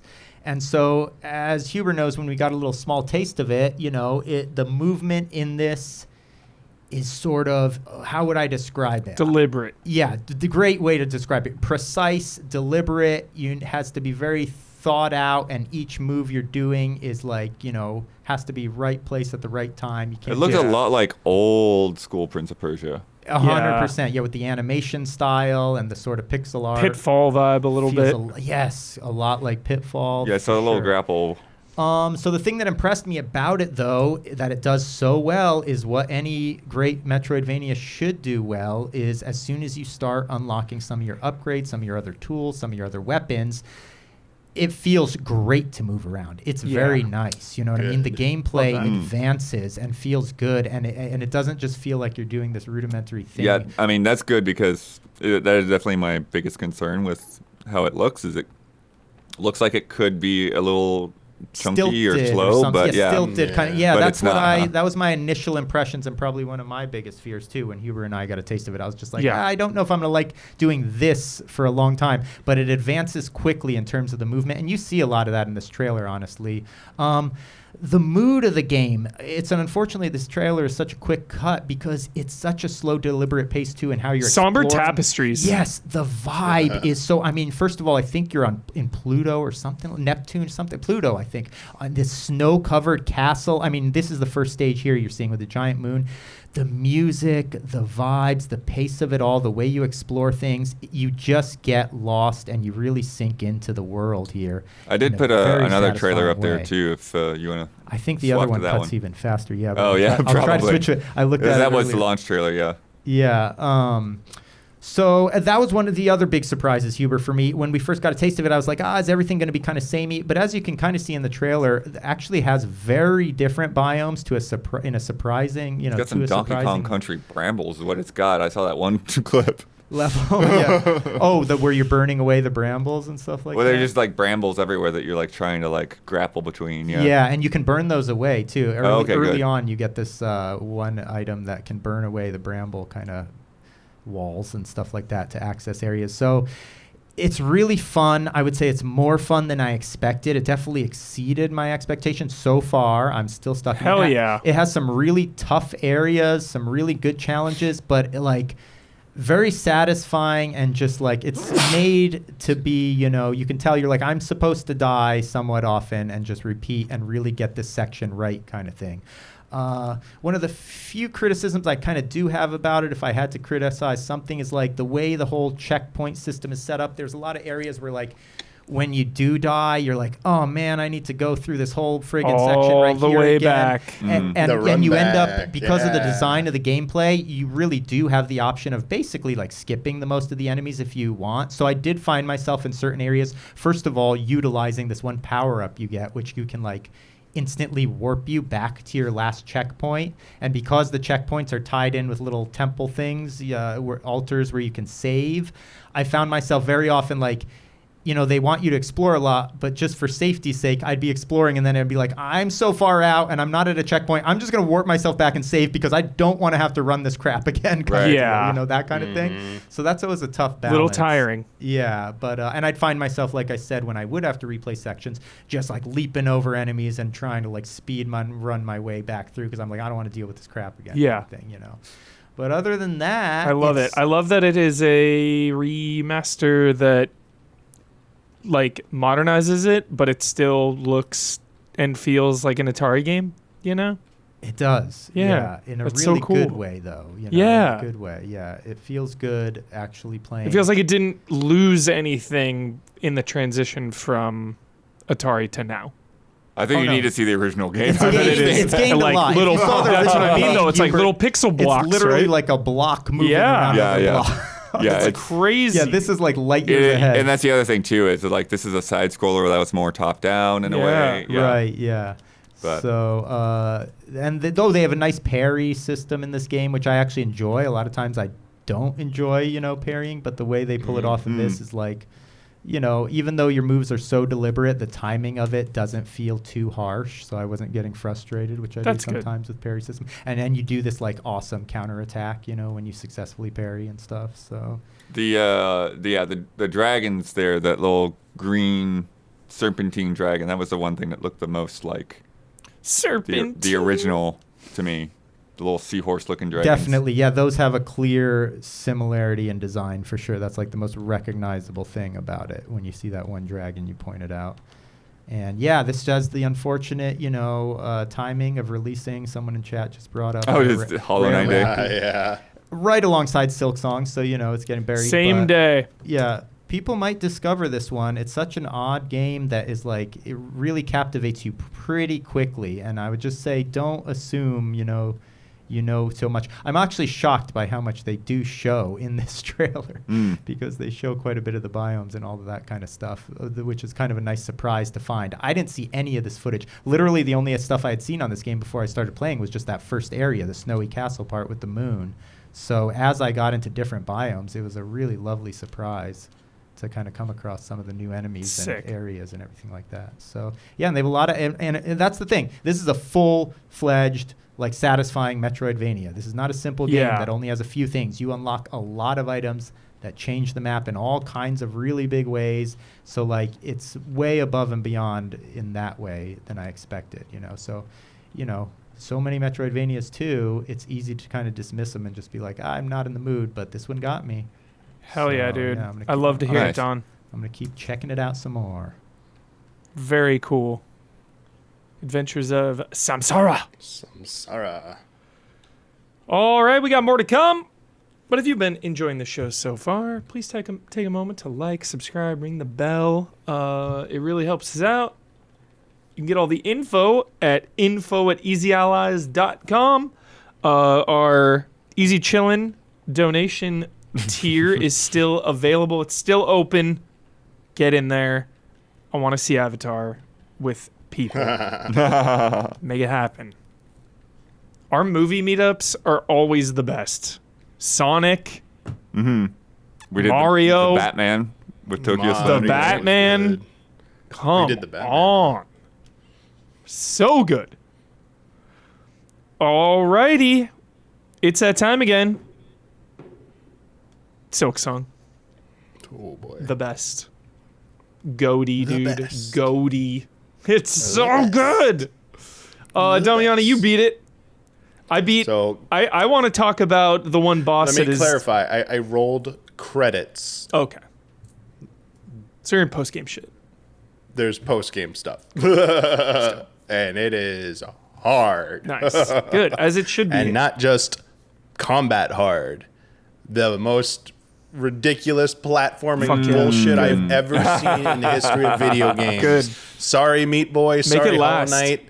Shit, like the steeple area with the spikes in Hollow Knight, baby mode compared to the shit. Because not only is it challenging platforming shit, you have to keep moving. You can't take your time. You gotta freaking keep moving. Getting that rhythm. It's chaos. Hell yeah. I was so angry. Like when I was streaming, I got angry at the Okay, gauntlet game. room. I got mad at the gauntlet room.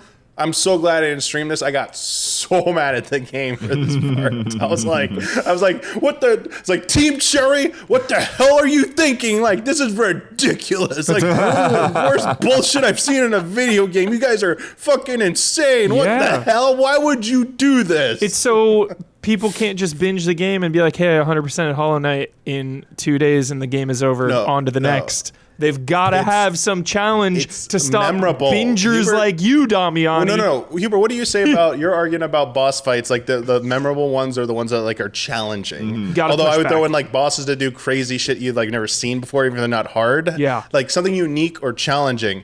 As much as I'm like yelling and screaming at this shit right now.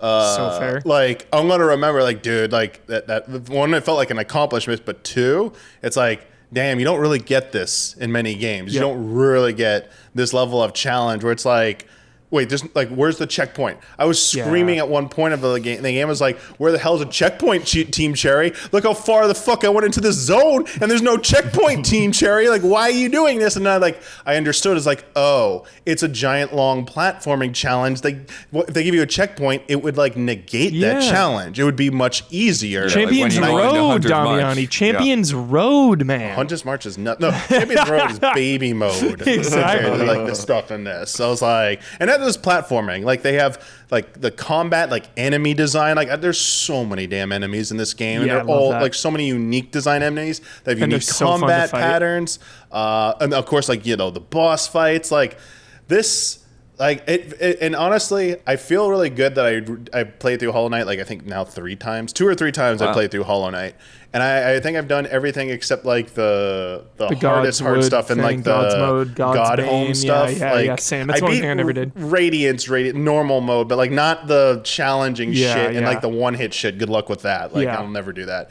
But I went in prepared. Also, I'm really glad that this game, I've seen arguments that like it streamlines a lot of things. I think it's a very good balance of combat, exploration, and also me personally, like I think they did a really good job with that, first of all. Like it means a lot of really good pacing in my opinion. It didn't feel like I was aimlessly wandering a lot like I was in Hollow Knight for long stretches, but also learned a lesson from Hollow Knight. First thing I bought with my precious economy of rosaries and shit. Precious. I bought maps and Best I bought economy. the way to see my position on the maps immediately. Oh, that's like- I didn't care about anything. I was like, number one. I need to see where the hell I am. I need maps. I was like, I need to, like, once I have that, like, we are set.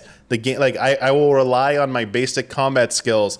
And this game, the combat system in this game is really cool because not only does Hornet play uniquely, by the way, you have your basic attacks. You have like a crest. You earn these crests in the game that are basically like the form of like your silk needle, essentially. That the form they'll take when it's you like attack. a stance. Yeah, it's a stance. There's stances basically, and then you can equip perks to them, amulets or whatever. They're in 3 different categories. Like one is like tools that can be like projectiles or like healing items or other cool shit. Another one's like passive stuff like. All the currency will just like it's a currency magnet. It'll suck up all the currency to you, so you don't have to run and get it. Or Because that shit goes flying. Yeah, it goes flying. Or one of the early ones is like a weighted thing, so like when you get hit or when you're attacking, you are more sturdy. You don't get knocked. You don't go as far back. Like the ricochet isn't there. I love that one. And they like stuff like that. And each one has, and they also have like another thing. Like I forget what they're called. Your silk ability. It's like your R ability. Your tool, basically. Your R1 on other things. Yeah. It's like the base one is like the harpoon. when you fight Hornet and Hollow Knight, like it looks like she's just like rapidly like doing a whip thing all around her, and then eventually it could do like a long just like charge attack. And it evolves into like you get a lot of other cool things later, and it's like that system of like. It rewards you for being aggressive because, like, as you're attacking enemies, you build up silk, which is another one of your meters you have. Silk is used to use those silk abilities. Some tools and abilities can dip into silk, and also your healing again. They changed. So healing, it's like a fixed thing, and I love the healing in this system because it used to be just like hold down the button and charge up and watch like your skulls fill up. This is, you are vulnerable. Commit. You do like this long animation, but like it fills up a fixed amount, so it's like one and done. Dude, getting hit when you're healing is worse than missing a shot in Cronos.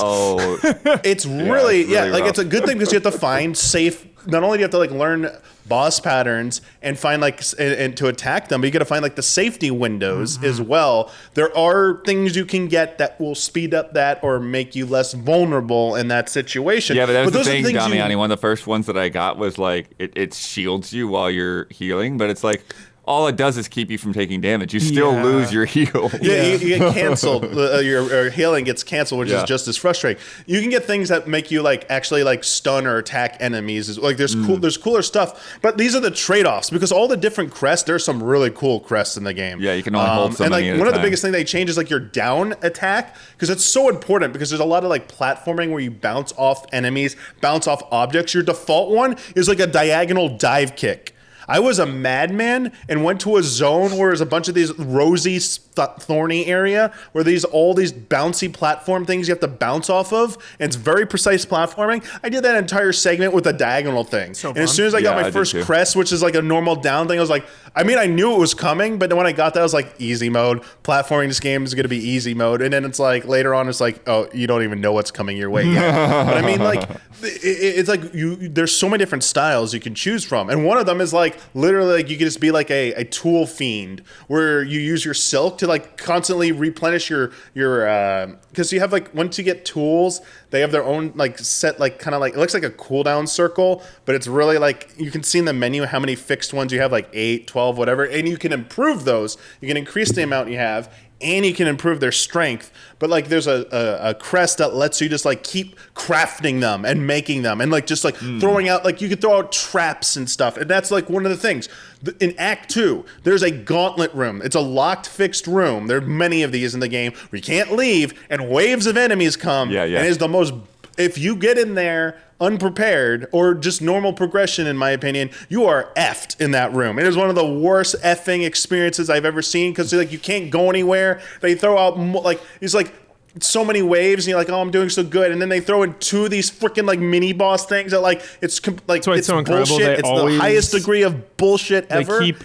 Every time you think you've finished something in this game, it goes a little bit longer. Well, this is a mandatory thing too, and I looked online like at the day I got to it, and then like all the comments on videos about it were like, people raging about how bullshit the room was. But then like the room. After I beat it, I watched a video of someone else doing it. They did a different build than me with tools and shit, and they just I won't say which ones, but they annihilated that room. It was like a cakewalk for them. I was like, that's what I love seeing is that like there are different ways you can tackle things, but also it is a skill check. This game is absolutely a skill check game, but if you don't know that going in, like please be advised, this is like a very hard, very frustrating game, and it's all like if you've not played like this type of game, you haven't played like a FromSoft game. This is a 2D FromSoft game essentially, like the highest order of it. I want to talk like about runbacks. They have some really we were talking about it earlier in Adventure of Samsara. Don was saying he didn't like the runbacks. This game has some really nasty runbacks. Really nasty runbacks that you got to do to get to the boss, and then like, you gotta, like do the boss. And, like, it definitely, that's definitely one of the Souls-like things too, because like when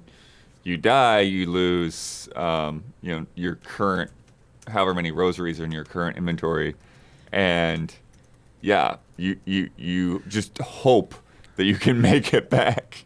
I will say there are some good quality of life things in here. For example, you can pay a small rosary fee to these rosary stations to convert your currency, your rosaries into like an rosary item they could store. So if you die, you do not lose them, because when you die, you lose all your rosaries.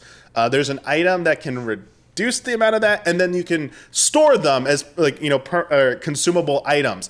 That is like a godsend. Like I love that so much. Like I was like, whenever I got above a certain threshold, I was like, yo, where's that terminal? I want to cash in on that. But also like your cocoon corpse when you die, like the challenge of going to track it down and using it, and even like the strategic use of it. I didn't even think of this till I saw a comment about a video for a boss I'd beat, and I was like kind of curious about like, I was like, did I fight it the right time? Like, can you bypass this? Blah blah blah. And someone's like, oh, if you're struggling with this, if you're like into the boss arena, if you died in there and your cocoon is there, like fight the boss, and then when you used all your like already silk meter, it's a free full silk heal. Souls does that like too, it's like or, you can hold. Yeah, I was like, oh shit, I never thought about it that way. Like you can strategically leave it there, but it's risk reward, because if you don't claim it before you die, you lose all those rosaries. I was like, oh my god. Yeah, no, I definitely had done that on a boss, Damiani, already, because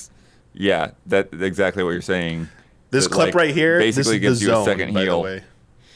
I want to talk about this is what I did with Diagonal. Yeah, I want to talk about the difficulty. I want to talk about. Yeah, sure, go ahead. I want to talk about Morwing. Yes, the boss that everyone is getting stuck on. It's getting nerfed. And it's getting exactly okay. Yeah, that patch already went out. Yeah. So let me. Is this the fly that bounces around, or is this the one that has like two giant claws and like things are coming out of the walls? It dive bombs you. It shoots out little. There's not a spoiler, by the way, Chad. It's an early boss. It's an early boss. Like it's in Greymore. It's in Greymore. It swoops down and charges at you, and then it does it do three slams? Does it do three like butt slams or something in its attack pattern? No. And there's not even one to think of. Like, I don't even know what this is. Anyway, it has ads. Is it like a anyway? What's the name of it? Let me look it up. Morwing. I think this fight. Greymore, it's Morwing. I think this fight is fucking genius. This thing. Yeah, this I remember this. It was okay. I think I took like 4 or 5 attempts to kill this thing, and I thought I was like, like that's the thing. Go ahead, finish your thought, No. Go ahead. I now know what it is. Go ahead. Okay, so this is the thing. Outside of the gauntlet room, which I if I'd known a bit better about like the depth of preparation you can do in this game and the variety of things, it might have gone over a little bit differently for me. Everything else in this game felt fair because I felt like I was learning, and I was like, I either recognize I just need to go find a little bit more things that, like the first Act 1 boss, which apparently you don't even have to freaking fight. There's apparently a way to bypass it. That's how freaking cool this game is. You can find a way into Act 2 without even, I was like, what? I don't know if that's true, but someone claimed it is. That boss, that fight has that second phase, and that's the phase that people are like, oh my God, this is way too hard. And when I fought it on stream, I was like, damn, I gave it a few attempts, and I was like, shit, I'm like really like hitting a brick wall right now. I feel like I let me go explore more. Let me see if I can get like some more, because you can find collectibles. You can increase your HP bar by finding 4 fragments of a mass. You can increase your silk meter. You can find these 2 parts that'll increase it. Like it looks like it's just like a meter, but they're really like vertical slices that like you use something, it consumes like a fixed amount. You can increase that, and also other like, you know, amulets or any like, you know, buffs I could get. And also you can strengthen your needle. Like I mean, that where I was at was too early for something like that, but like later on that is an option as well. Also, you might find a different crest that gives you like a different play style that might be better suited to a boss encounter. And when I went back and did it, I didn't do it on stream, I believe, but I went back and did it. I made very good progress, and then I when I beat it, I was like, that's it. Like, this is what this game is about. This is what I loved about Hollow Knight, and what I loved about the DLC, like the Phantom Troop, whatever one in Hollow Knight that I streamed and I raged at. I was like, this is fucking impossible. Like, how the fuck? And like, I like literally had to like MMO mindset it, like, let's rewatch footage, let's watch the patterns. I was like, okay, I like, it's you can learn shit, like, it's not unfair. You just have to like not panic and understand you're gonna die, but like try and learn something each time you go in there. And this game like just absolutely nails it with that feeling and that sense of like reward. That's why I really want to talk about Morwing. So go ahead. Because I really think the entire thesis of this game could be distilled into this one boss fight. It's fucking incredible. It is, I feel like, the first true roadblock of this game. It is very difficult, but every time you fight this enemy, like Damiani was saying, you just read its pattern. You fight a couple times, you die, you know exactly its moveset after a few times. You start learning, you start getting further and further in the fight. You're like, every time it's one of those games where it's like, oh, I died, but I can do it. Oh, I know I can do it. There's no like hopeless, crushing, devastating feeling of like, I died, and is there even hope to beating this fight? Like maybe in some of that post-game stuff, of course. Okay, so the thing, but also the design of getting back to that boss, I think, is also like telling the player what type of game this is and what to expect for the remainder of Silksong.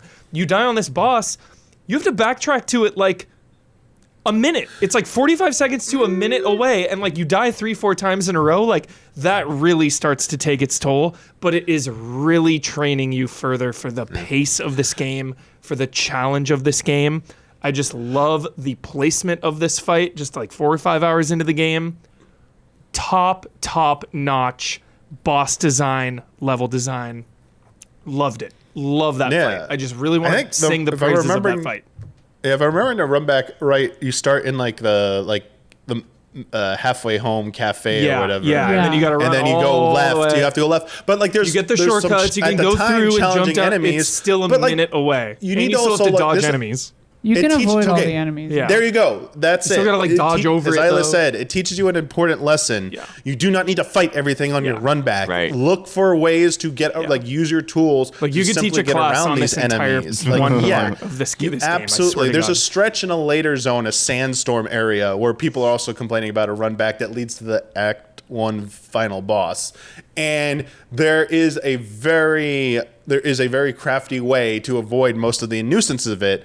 I didn't do it that way, obviously. Like I didn't find the run back too ridiculous, but there are definitely other run backs that I was like, okay, game, like there's some that are pretty nasty that don't even involve enemies. I'm like, you gotta be shitting me. I gotta go through this fucking gauntlet of shit. And I said, they're not enemies, so think of what else this game offers that's annoying as fuck.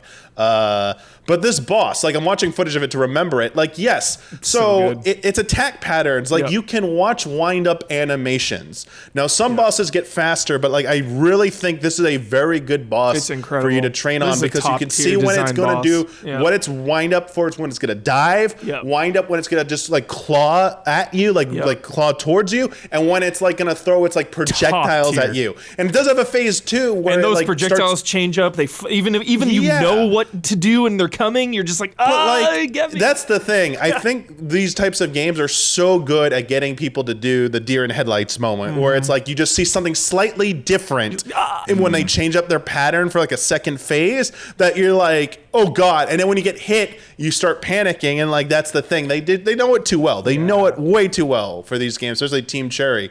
But the thing is, like, if you could just like overcome that and be like, even if you like can't heal, like just sometimes surviving, like this is like the best advice I can give. When you go into these bosses, maybe don't even worry about attacking first. Like just see how long you can just like dodge around and see their attack pattern. Beginning to believe.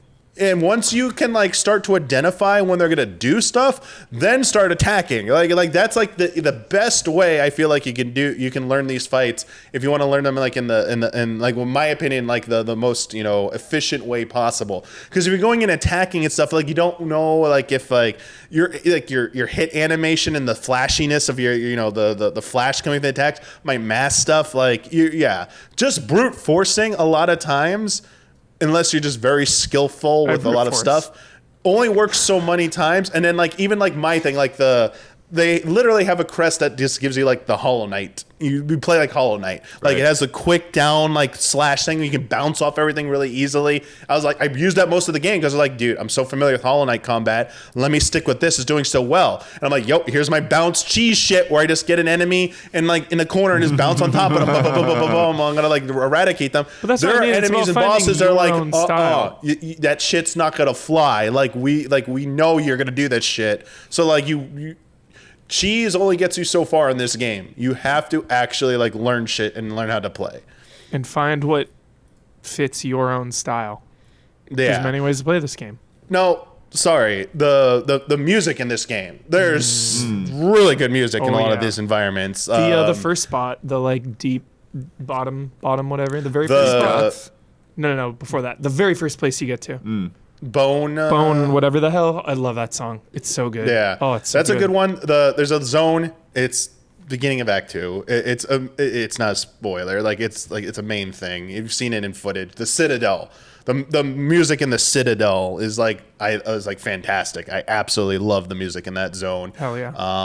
And then like just like the environments themselves, the layouts of them, the secrets, the feeling of getting into like you just like fought like a hard won battle, and then you're like desperately looking for like the next save chair, and you're in an unfamiliar zone when you progress you past don't even that have boss. A map. And it's you like, got like fucking rosaries. You don't have the you're map like, God yet. damn, where the fuck am I going? It's like yes, like and then even when you have the map, like you just can tell like, I think I could get over there, but like, can I get over there? And it's like, is there a secret here? And they do a very good job of like, it's not obvious. Oh, there's clearly a room behind this wall. I just have to find a destructible part of it. Where sometimes that is the case. Other times there's a whole other room you got to go to, and there's a secret path that's going to take you up there. And then a few of those where like they give you the tease where you see the switch on the other side of the door, and I'm like, where the heck is the way in here? I also just really freaking love the rosary economy because 1, they spill out of nowhere. 2, you always need them, and then 3, not every enemy drops them. So there's so many times where I'm like, yo, I need rosaries, but like you are an annoying ass enemy that is gonna take me like time and effort to kill and get those rosaries. Yeah, like the Ant Warrior. Conscious decision. Jumped over, So they give you quite a bit, but you've got to earn it. You got to fight them. Yep. Yeah. Yeah. No enemy is some like freebie. It's like every enemy is deadly.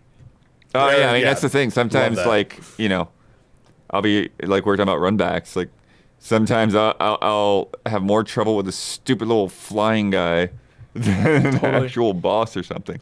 I feel like this game encapsulates every single one of my favorite parts about video games. Meaningful everything. Exploration, combat, bosses, enemy design, world design, economy, story. Did you see the little like detail that they pointed out in beating a big part and then getting some fucking sick ass cutscene that you didn't even know about? Like, whoa. Right. Yeah, it it feels like there's a little bit more story and so especially good. like dialogue in this game between like if I don't Oh, yeah, music. if I'm just misremembering. But Everything. another praise Everything is about like what makes games good. your traversal mechanics. Traversal, the abilities you get. I mean, you get like an air dash. You get like a grappling hook. You get a double jump. You get like more stuff later on, and like it just makes things feel so smooth. Especially like later, it makes getting through earlier areas much more breeze, which feels like a great reward. But there are later environments that like make use of that, and like as I said, like post credits roll. I don't want to hear about post credits. Stop. Just stop. I'm Just saying, like, don't even go there. Just don't even go there, Darby. I'm stop you. Challenges you to use all that stuff. That's all. That's the most generic statement ever. Just get it. Most I'm gonna generic hit the panic statement button ever. there. Yeah, and then NPC is a side quest, the wishes. Yeah, all those these are really wishes. cool. Oh, I forgot promise, about and that. I wishes. love that Yeah, shit. like there's really cool shit, and as far as I can tell, they did a good job. I think like there are no perma-missables. I hate that shit. Like in Soul and yeah, FromSoft, yeah. I started missed the using a quest. tracker once I had rolled credits. I'm like, well, let's go finish up some of this shit, and like none of it seemed like it was perma-missed. I might be wrong on something there. I think I'm torn on that. I do love in a Souls game, you know, that's your high stakes playthrough, and it's like, oh, I didn't save that person. Like, that person's dead. That's part of my story now, that person died, not like I missed content, you know? I prefer surface-to-air perma-missables. What? Oh boy. I don't know what that means. Surface to air missiles. She's just making a joke Oh, okay. on that Got sound it. of the word. Oh, okay. I got it. The- I got it. The hope that you lost in your voice as you said, she's just making a joke. It's so good. You just lost energy to even explain it as you're doing it. Yeah, I the played wishes, this on Damiani. Switch It's really good. 2. I played it on Switch 2. Literally only one spot where I noticed like a frame dip, and I think they're patching it anyway to like fix it. But like, So it runs like a dream. ran amazing. Yeah, I had 120 frame mode as well on Sick. Switch 2. Sick. So yeah, like 120, handheld that's a mode, lot of ran frames, dude. This is crazy. Dude, what did I play? Oh, when I played Bo, Path of the Bo. Teal Lotus, because I played it on my laptop. This guy right here. Yeah. And I had never, because I didn't buy this for gaming, right? I Yeah. just wanted something that like had enough juice that I could like do a quick edit or something on it. Yeah. And so, but I had installed Bo, and I was playing it when I was out of town, and was like, wait, what is the freaking frame rate on this? And I looked at the thing, and it's like 120. It's like, oh 1 million. crap! I didn't know my laptop could do games at 120. Yeah. So, Damiani, it sounds like the 7-year wait was more than worth it. Yeah, I I'm concur. Yeah, they could take as long as they need Yeah. if they're ever going to make like a follow up and stuff like that. Yeah. But I mean, that's what this is what if it's what it takes. I mean, You know what's you don't great- want a rush game. You don't want Exactly. like a compromised game. Like this, despite the people who I think are jumping in who are just not fully aware of what this type of game is in terms of difficulty and just thought like, oh, everyone's saying I should play this game and stuff. Like aside from that discourse, Yeah. I think the people who are jumping in are like, yeah, this is fantastic. Like this was absolutely worth the wait. Which this is, I like feel like so even harder for a game to live up to the standards of one, being a sequel to one of the greatest in a genre, Hollow Knight, and then two, how long it took. So I know we talked last week about kind of the price really helped the ease people into like, the friendly right. price, Insane. let people be like, okay, that's chill, that's chill. it's But I still insane, feel like pricing. expectations were so high for so long. So to deliver on that, I feel like is yeah, miraculous. So It's please, awesome. the PSA is like, please understand, if you like love a game and are waiting for that sequel, and a team is telling you It's gonna be a minute. The read between the lines is like, we need more time. Kingdom Hearts It's like, 4. This look at Silksong. Sometimes it takes a long time to make a game of this caliber.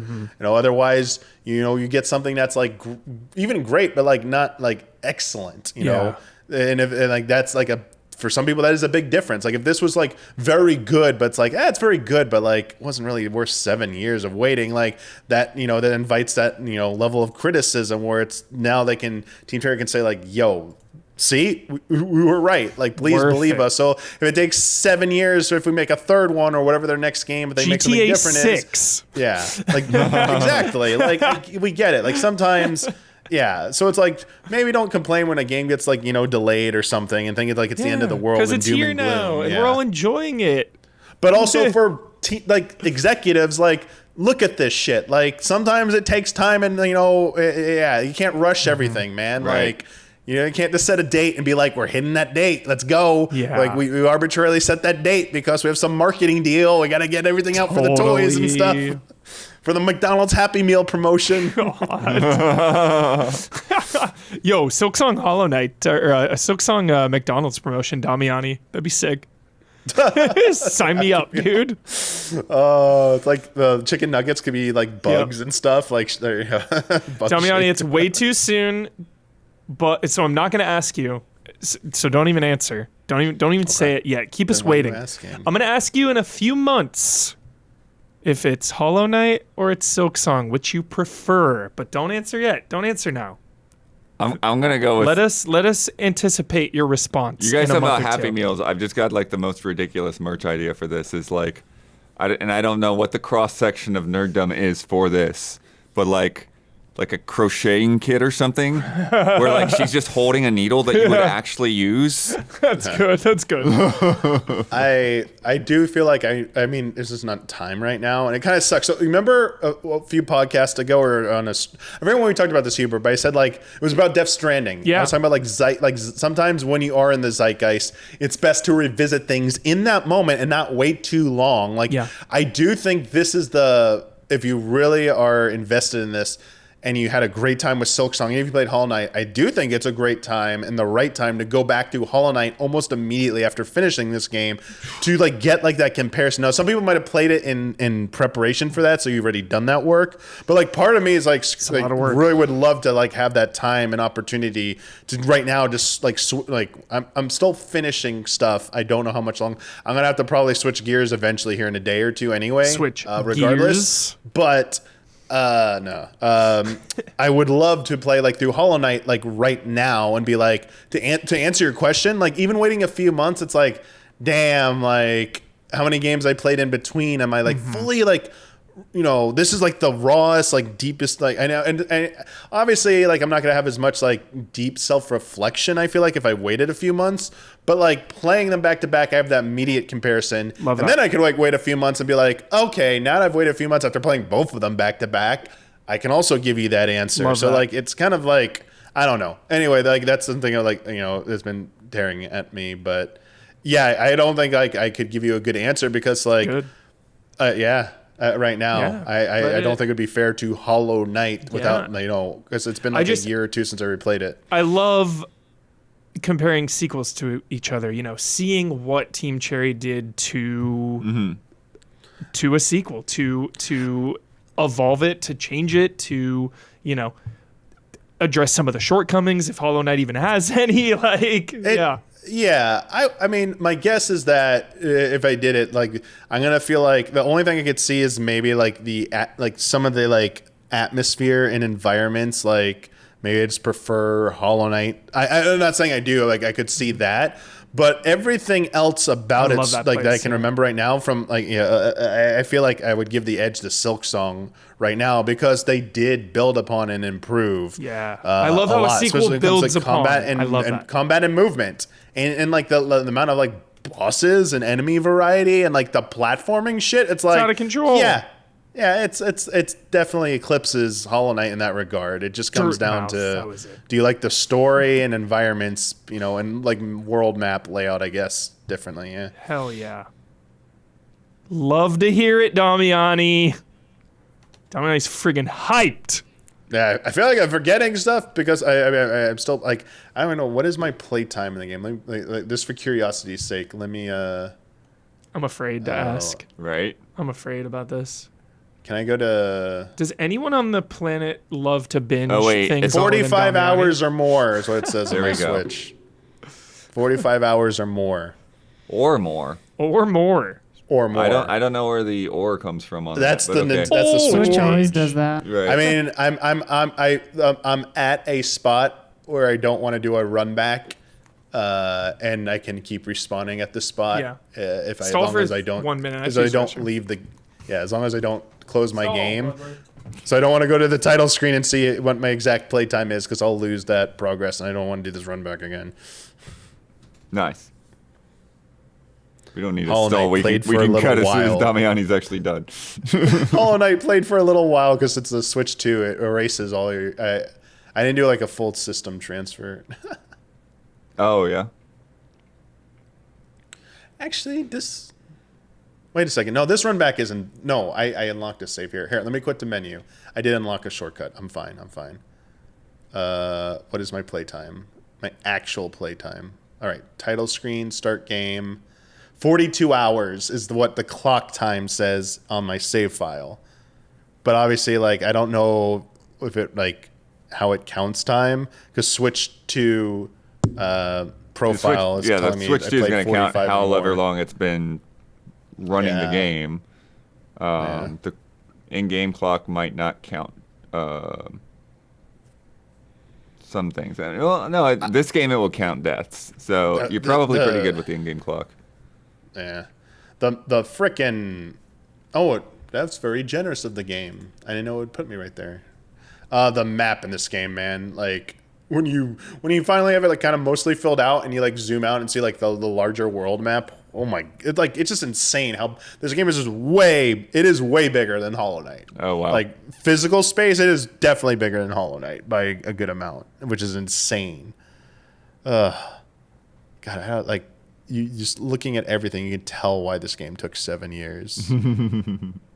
Yeah, it is like unbelievable. This game. But I do sympathize with people who enjoy a lot of aspects of it, but like find the challenge too much.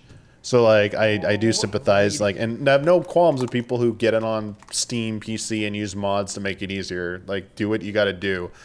I don't know what's going to make some of the other parts, the non-combat parts, easier, short of using cheats, which at a point it's like you're just not getting the experience at that point. But I can understand, like, what are the modifiers? One of them makes some enemies do less damage. Some bosses have, like, less HP. Some of the mods, like, that stuff I think is fine if you're struggling. I love difficulties, and I love no difficulties. This game has a set difficulty. I love There's that. I always talk about how I love games with one set difficulty because we are all sharing the universal experience. There's something very magical and like connecting about it when I know that Not we're all humans have on the same capability, though. True, but we're playing the Yeah. same thing. It's something about it. We're all going through it differently, but it's still the same thing that we're all doing together. I feel connected. I get it. I also like this game is clearly, I'm saying it's hard, but like for me, it's been, despite my frustrations, it's manageable for me. Obviously, like I'm near, like I've rolled credits and I'm like in a post game thing, and I think I'm getting close to finishing the post game stuff.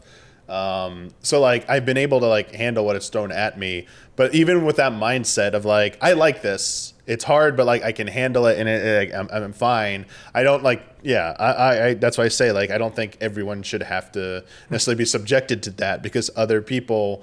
This game takes a lot of like. I'm surprised I still have like the dexterity to do a lot of the stuff in this game. And there have been like a lot of times where I'm like cramps. accidental inputs cost me there because I'm just not quite what I used to be.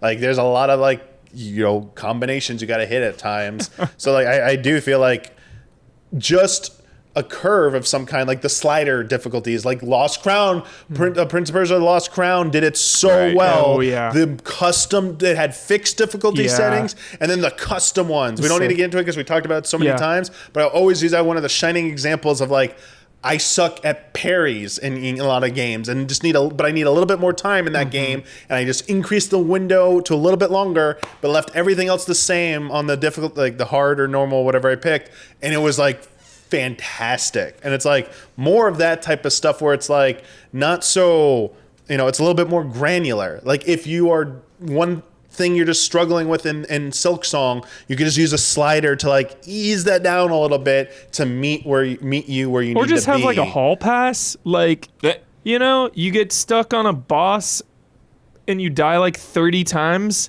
Games should just be like, hey, do you just want us to like kill it for you? Like, do you just want to go through this part?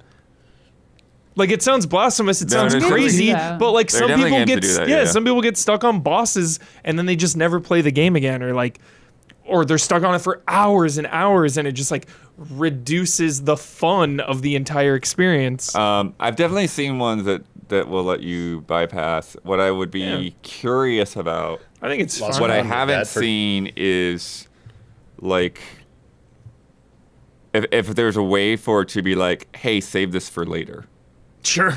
It's like, hey, let me move on right now, but sometime I'll come back to this boss. Totally. Yeah. So, or like, I always wish, too, the game knows that I'm dying over and over and over. I'm always in the back of my mind, like, maybe the game will have pity on me and it knows I've died like 25 times here. Maybe it will, like, tone down the attacks or something, but it never does. It's like, shit. Yeah. No, blitzing's interesting. That'd be kind of cool if a game, like, let you pass something if you failed at it too much, but it was still required to complete the game. So it's like, we're just going to move it to a later point in the game. Yeah. And if you've improved, you played more, maybe you have, like, more health and stuff, and then like maybe you like that'd be an interesting like thing. I don't know how that would work. That'd be kind of like a nightmare for design, maybe for a lot of developers.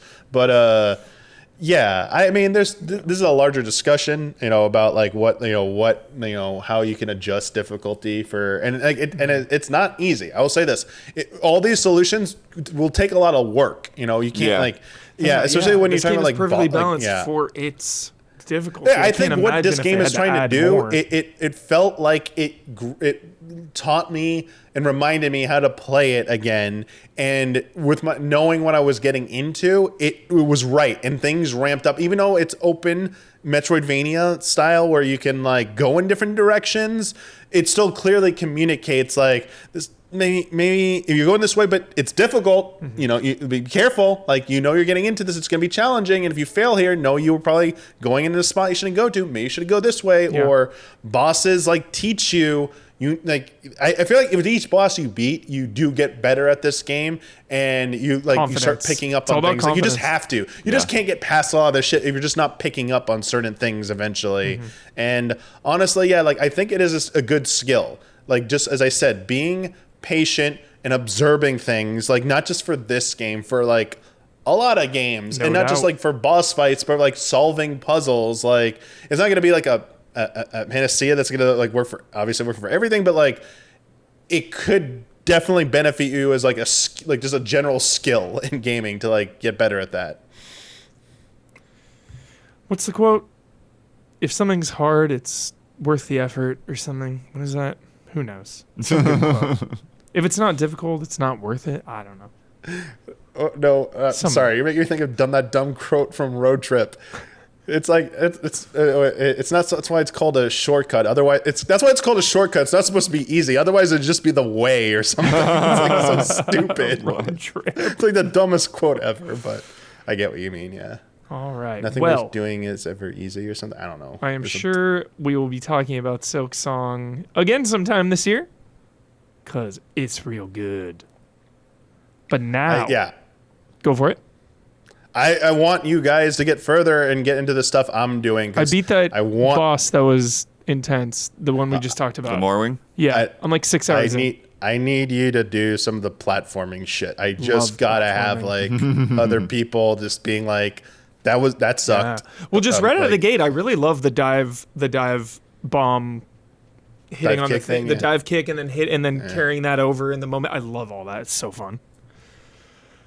Alrighty, it is time to celebrate PlayStation and Dreamcast anniversaries. Ooh. We're going through the top 20 all-time best-selling games for each. PlayStation 1, and Sega Dreamcast. And all of PlayStation. Oh, and so it's 3 lists. Yeah. So PlayStation 1, PlayStation in technically, general. I think it's 6 lists, but yeah, we'll get into it. Okay. 6 lists. To celebrate the North American anniversary of PlayStation, first released in the U.S. on September 9th, 1995. Crazy. As well as the anniversary of the Dreamcast 9999. The Dreamcast was absolutely still to this day the most exciting console launch of my personal life. 100%. I was jealous of people who got it. Not even close. That was an electric launch. Just the, oh my God, the visuals and everything. There's Sonic and the whale, dude. It was thinking. The VMUs were so cool. The VMUs out Nintendo. Like one of the coolest peripherals ever. Matt Piscatella from Circana released a few bonus top 20s ranked both by dollars and unit sales. We've got the top 20 best-selling games across all PlayStation consoles, the top 20 for the original PlayStation, and the top 20 Dreamcast games. Before that, does anyone have a quick memory of the PlayStation or Dreamcast launch that they want to share? PlayStation launch I wasn't paying attention to. Whoa. Yeah. Dreamcast launch. Why? I mean, I was a kid with no money, and also like we were also in one of those periods where it was very much Nintendo versus Sega. Yeah. Right? And so this third party comes in. Then you have like who? You also had like TurboGrafx and Lynx and 3DO, and so at the time in my head like PlayStation just seemed like, oh, it's another one of these companies that's trying to get in on the on the games market. They have no idea what they're doing. It's going to be too expensive, and it's going to be over in like 3 years. Yeah. And of course, I was completely wrong. Yeah. But I was like 14 or something. Yeah. 15 actually. know. Yeah. We're wrong. Don't worry. So, about it. but yeah. So, but the other thing too was like, really like the PlayStation in the US didn't get cooking. Yeah. Until like Final Fantasy started getting hyped up. For sure. Like that's like a lot of the early stuff was like. Yeah. Jumping Flash and stuff. Yeah. So yeah, I never had a PlayStation 1 originally. I got one way later. Yeah. Like I might have got PS2 first and then got a PS1, but I had the PlayStation, like the smaller one, the like mini. Yeah, PlayStation 1, right? Yeah, yeah. So for me, PlayStation was always neighbor kid. Right. Yeah, I played some demos at some people's houses. I got to see MGS at some people's places, but like Final Fantasy, Resident Evil. I didn't actually get a PlayStation 1 myself until like somebody else got a PS2 and then I got their PS1 kind of thing. Yeah. Totally. Yeah. How about y'all? Any memories you want to share, or should we move on? Just I remember trying to save up for a PlayStation as a kid. Like I tried doing like chores and like different things because I was like convinced for some reason at the time. I just remember like, oh man, N64 is gonna suck. I'm gonna get a PlayStation and stuff. And then like you thought that N64 would suck? Very early, I was Whoa. like, everyone's talking about PlayStation. Like all the kids at school, like, oh, that's gonna be like PlayStation be like it's cool and stuff like that. And then N64 finally showed off like its games and stuff. Like this was like obviously 95, and as we went into 90s. Oh, so you're thinking about the like Project Reality days when we were just like looking at SDI renders. Like I was like Project like, Reality. I don't know about this thing. Like it's PlayStation's looking cooler. Everyone's saying it looks cool and stuff, and then. PlayStation looks awesome, and then they showed off like Mario 64, showed more Zelda. I was like, all right, I'm getting an N64. Screw this. So, like, I'm gonna save up for. I'm gonna use all my money to get an N64 and stuff whenever I get enough money someday. And I was like, obviously it was funny because I always thought like I'm getting like barely any money, obviously, and like my grandma was like the one who like bought it for me because like, hey, I did all these chores. It's like here's $30 over like the whole summer. It's like N64 $200 or something. Like good luck with that, kid. Yo. Yeah, I had. I was all PlayStation. I didn't have any Nintendo stuff, and I had a Genesis before PS1. Yeah, baby. I remember. Yeah, we did. Yeah. I remember. I mean, I've said this before. I remember before I had a PlayStation, trying to win Resident Evil at a ring toss at the fair. Oh, nice. So cool. And it was the big chonky like tall box. Yes. And I remember I spent like. Right. And I had a little walking around money that my mom had given me for the fair. for like food. And I spent all of it trying to win the ring toss to get Resident Evil. And I was like, not old enough to play a mature, or, on paper. I did not succeed. Damn it. Because those games are rigged. Yes. But I spent like half the cost of like $20 trying to win and if I had been smart and saved it, I could have just, but yeah. And then I remember, I just played so much PlayStation. I have so many memories about PlayStation. Like Final Fantasy VII, I got it the day it came out.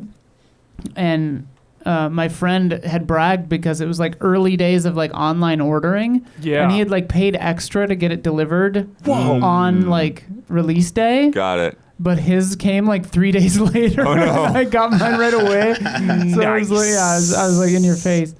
The memory card eating my Tomb Raider save. I remember that. Mm-hmm. Oh, did you have a third-party card? I don't remember. Yeah, I had some Mad Catz. Because I went through that too. Like when I finally did get a PlayStation, like the first 2 games were Final Fantasy VII and Chrono Cross. Chrono. But I also I'll just buy a cheap third-party memory card, and then sure enough, big the mistake. stupid thing ate a save file, and so all right, I'm buying a real memory card now. Yeah, I remember. I think I can't remember if this is before or after I got my PS1, but like I remember my intimidating cousin had. Cousins are intimidating. Yeah. Oh yeah. Yeah. This guy especially, but he dreaded had, cousins. He had loaded and reloaded or whatever. Those like top down. Killing floor, like whatever style, like shooter games. Reloaded. Reloaded. Was that it? Yeah. And I remember playing that at his house and feeling like scandalized because of how bloody it was. And I was like, oh, this is a grown-up game. So cool. Yeah. Anyway, PlayStation is the greatest. A 9.2 graded near mint Resident Evil long box is going for $1,800 US. Whoa! For a second, I thought you started at 800, and that was a lot. Then you got to the teen.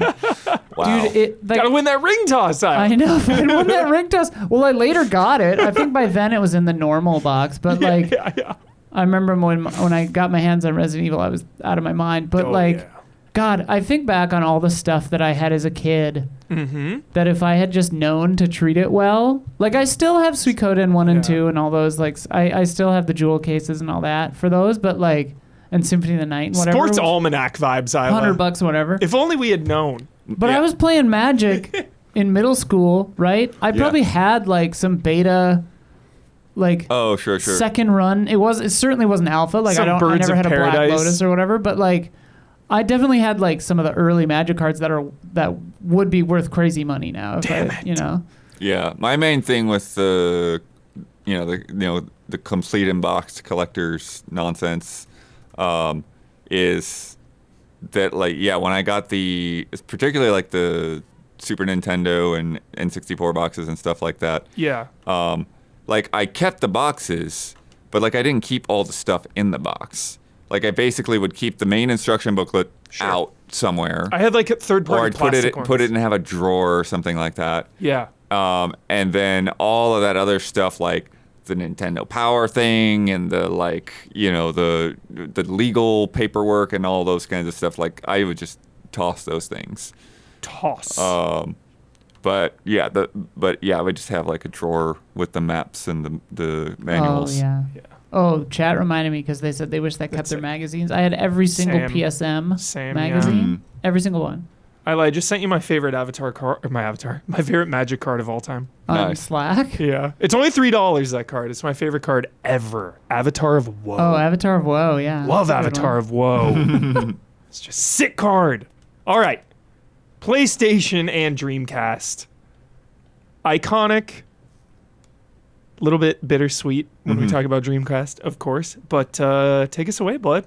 Yeah, so first up we have the full I started with the one I find the least interesting. This is so fun. But this is all platforms, all PlayStations, January 1995 to July 2025. Whoa. Top 20. So there's both the top 20 for the dollars rankings and the top 20 for the units rankings. So I like units.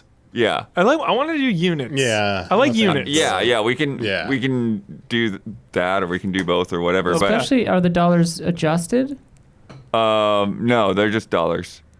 But I love Crazy. units. Well, then that's a useless metric. not necessarily, but it's interesting. In any case, is there In any anything that case. you Gran want? Turismo 3. Gran Turismo. 3.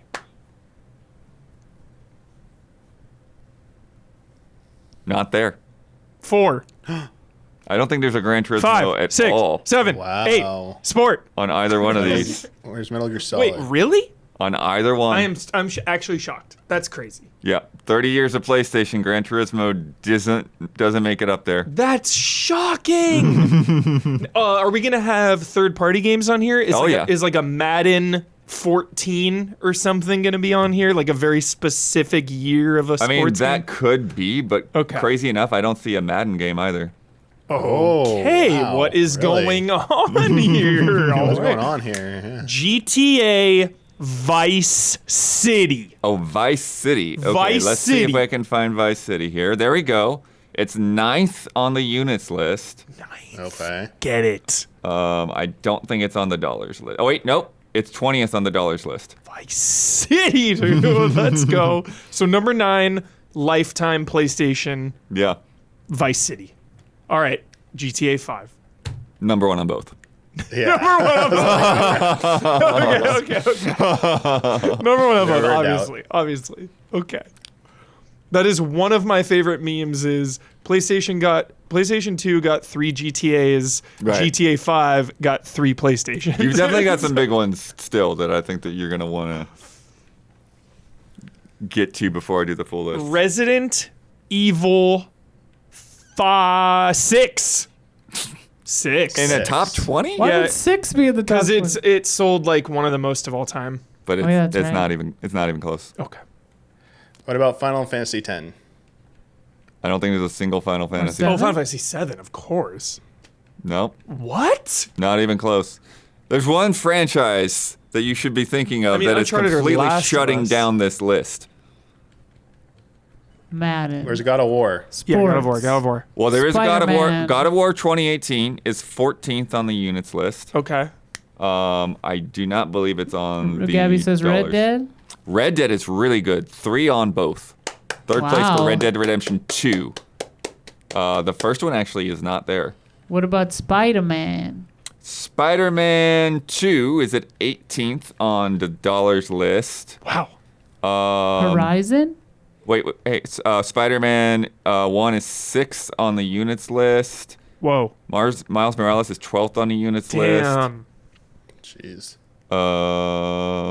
11th, Spider-Man 1 is 11th on the dollars list. Yeah, that's the thing. It's going to be all newer Oh, stuff. Miles Morales is also 19th on the dollars list. Because newer stuff just like, It costs more, but sells more. too. Yep, both. Social media, everything, just games sell more now. Like I always joke, like when a new one comes out, it's going to be, the best selling in the franchise. There is one more. Oh, wait, did I say God of War? Because Damiani brought that up. That was 14th. Yeah, I did bring that up. Okay. Nice. There is one more mega game similar to Grand Theft Auto 5 that Last you of have Us. not talked about. Last of Us is at 13th on the units list. Where was Horizon? Horizon is not there. Oh. And it's not a sports game. Not a sports game. It's something you're going to be kicking yourself that you Chad haven't. says And we've done all the shooters Minecraft? already. Minecraft, number 2 on the units list. Minecraft. Number 7 on the dollars list. Because it's not that expensive of a game. So the number 2 Mm-hmm. all-time Sony PlayStation selling game, number 2 of all time for all PlayStations is Minecraft. Yep. So shocking.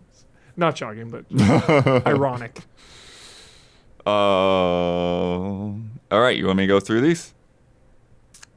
Yep. GTA San Let's do Andreas. it. San Andreas, Yeah, dude. 4th on the units Let's list. go. 9th on the dollars list. 4th in you, dude. Let's go. So 3 GTAs in the top 10. What about we might as well complete it? GTA 4. You know what? That was Xbox heavy, dude. That's It not really going to is be not on the here. list. Yeah. It's not here. Because GTA 4, Because it didn't even run as well on PS3, it ran right? better on Xbox, and they had the exclusive rights to the DLC for like a year in advance or some crazy shit. Yeah. Yeah. Interesting. All right. Dollars list. Dollars. GTA Vice City, 20th. 19, Miles Morales. 18th, Spider-Man 2. 17th, thing you guys didn't even talk about, Call of Duty Modern Warfare 3. Call of Duty. 16th, also Call of Duty Modern Warfare 3, the 2023 make. Oh my god. 15th, Call of Duty Black Ops 4. Oh, 14th, Call of Duty World War II. my God. 13th, Call of Duty Black Ops. 12th, Call of Duty Black Ops 2. 11, Spider-Man. 10, Guitar Hero 3. 3. Oh, yeah. See, dude, that's what I mean. Like, the reason I said Resident Evil 6 is because they were building on like 4 and 5's hype. So 6 just sold the most, even though it's not as good as 4 and 5. And it's like Guitar Hero 2 was like a revelation, dude. Every house for like 3 years was just playing Guitar Hero 2. But yeah, 3 gets the sales. That's wild. Yep. Well, also, again, this is the dollar. So like that was an expensive package. True. 9th, GTA San Andreas. 8th, Call of Duty Black Ops 3. 7th, Minecraft. 6th, Call of Duty Black Ops Cold War. 5th, Call of Duty Black Ops 6. This is insane. 4th, Call of Duty Modern Warfare 2 2022. This is insane. 3rd is Red Dead Redemption 2. 2nd, Call of Duty Modern Warfare 2019. Love that one. And then GTA 5. So that's dollars. So it's Call of Duty and Rockstar Games. Yeah. It's like, Units, Call of Duty Black Ops 4, Call of Duty World War II, Call of Duty Black Ops 2. Here's an interesting one. 17th, Rainbow Six Siege. yo, 17th on unit sales. no way. Yeah. Wow. That game just keeps trucking. That is wild. 16th, Call of Duty Black Ops. 15th, Skyrim. Skyrim. Can't have it without Skyrim. Should have known, Damiani. We should have known. 14th, God of War 2018. 13th, Last of Us. 12th, Miles Morales. 11th, Call of Duty Black Ops 6. 10th, Call of Duty Modern Warfare 2 2022. 9th, GTA Vice City. 8th, Call of Duty Black Ops Cold War. 7th, Call of Duty Black Ops 3. 6th, Spider-Man. 5th, Call of Duty Modern Warfare 2019. 4th, GTA San Andreas. 3rd, Red Dead Redemption 2. 2nd, Minecraft. And 1st, GTA 5. All right. Now we get I'm to the glad GTA 5 is number one. now we get to the Not interesting a Call stuff. of Duty game, as they have enough there. Now we're at PS1. It's crazy. Yeah, PS1, baby. All right. Final Fantasy 7. Final Fantasy VII is 2nd place in dollar sales. Nice. Sick. 11th place in unit sales. Wow. Resident Evil 2. My favorite game of all time. That is not there. Wow. All right, Resident Evil 1. Oh wait, no, it is there. It is there. that's what I 11th thought. place. 11th Yeah, place. yeah, There we okay, go. okay. I On was the like, dollar wait, what? sale, I'm not seeing it on the units though. Ooh. I'm looking again. Ooh. Yeah, no Resident Evil on the units. But the Wow. dollars. Resident Evil 2 is at 11th and Resident Evil Okay. 1 is 19th. Whoa. Here we go, Blood. Let me surprise you. Need for Speed. Any Need for Speeds? Any. I'm gonna think that's more of a PS2 era. I had Hot Pursuit on PS1. It's not there. Damn. Thought I was gonna But get I'm thinking that. when it's big. It got Yeah, big with sure, Fast sure. and the Furious and Underground Sure, and all that. True. Yeah. PS1. There's some funny ones on the freaking unit sales, dude. I'm telling you. Croc. I'm gonna make sure. I don't think Croc is there though. Oh, Banjo. Banjo. Or Crash, sorry. Yeah, we got some Crash. Unintentional. Banjo. 4th place on dollars, Crash Bandicoot 3. 8th on dollars, Crash Bandicoot 2. Wow. 14th on dollars, Crash Bandicoot. Look at that. 20th. All 3 Crash games. 20th, Crash Team Racing. Dude. Crash Team Racing, nice. All 4 there. Yep. And Did you unit say Metal Gear sales, Solid already? Crash Bandicoot 2 was in 2nd place.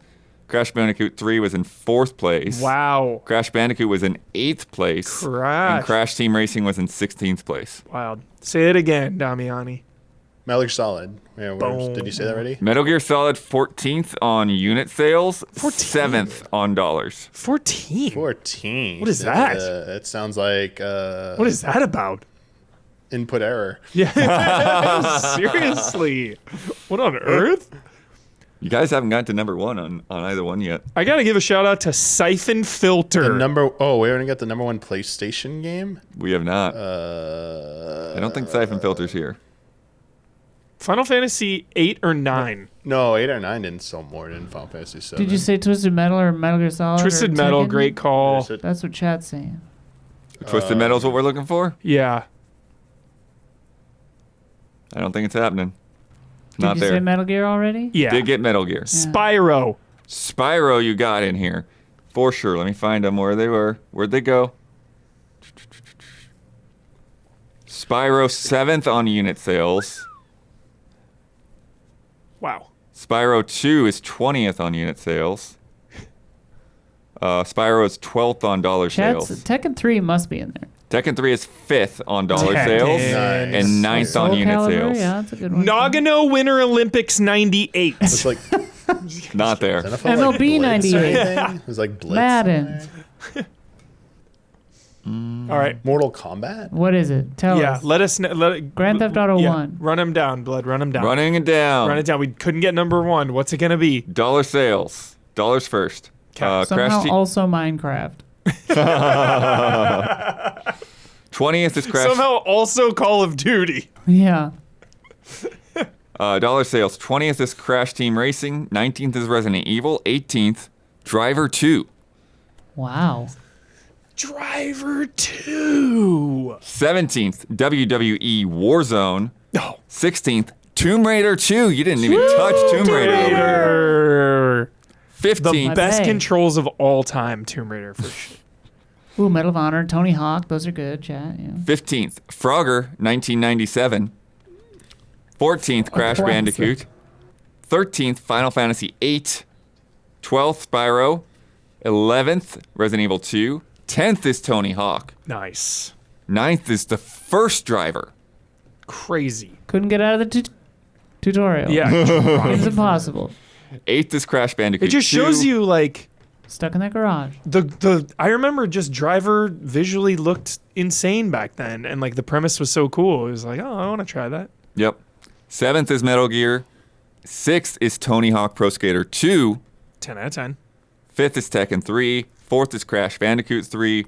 3rd, Gran Turismo 2. There's Gran Turismo. 2nd, Final Fantasy 7. Yep. 1st, Gran Turismo. I should have said it on this, dude. Damn it. Remember, you biffed it. I dude. know. I was too soon. Now the unit sales. So this is very interesting because there's definitely some shifting around on Great, this one. great. Spyro 2 Yeah, is 20th. this really interests me actually. Final Fantasy 8 is 19th. Driver 2 is 18th. Wow. WWE Warzone is also 17th there. 16th is Crash Team Racing.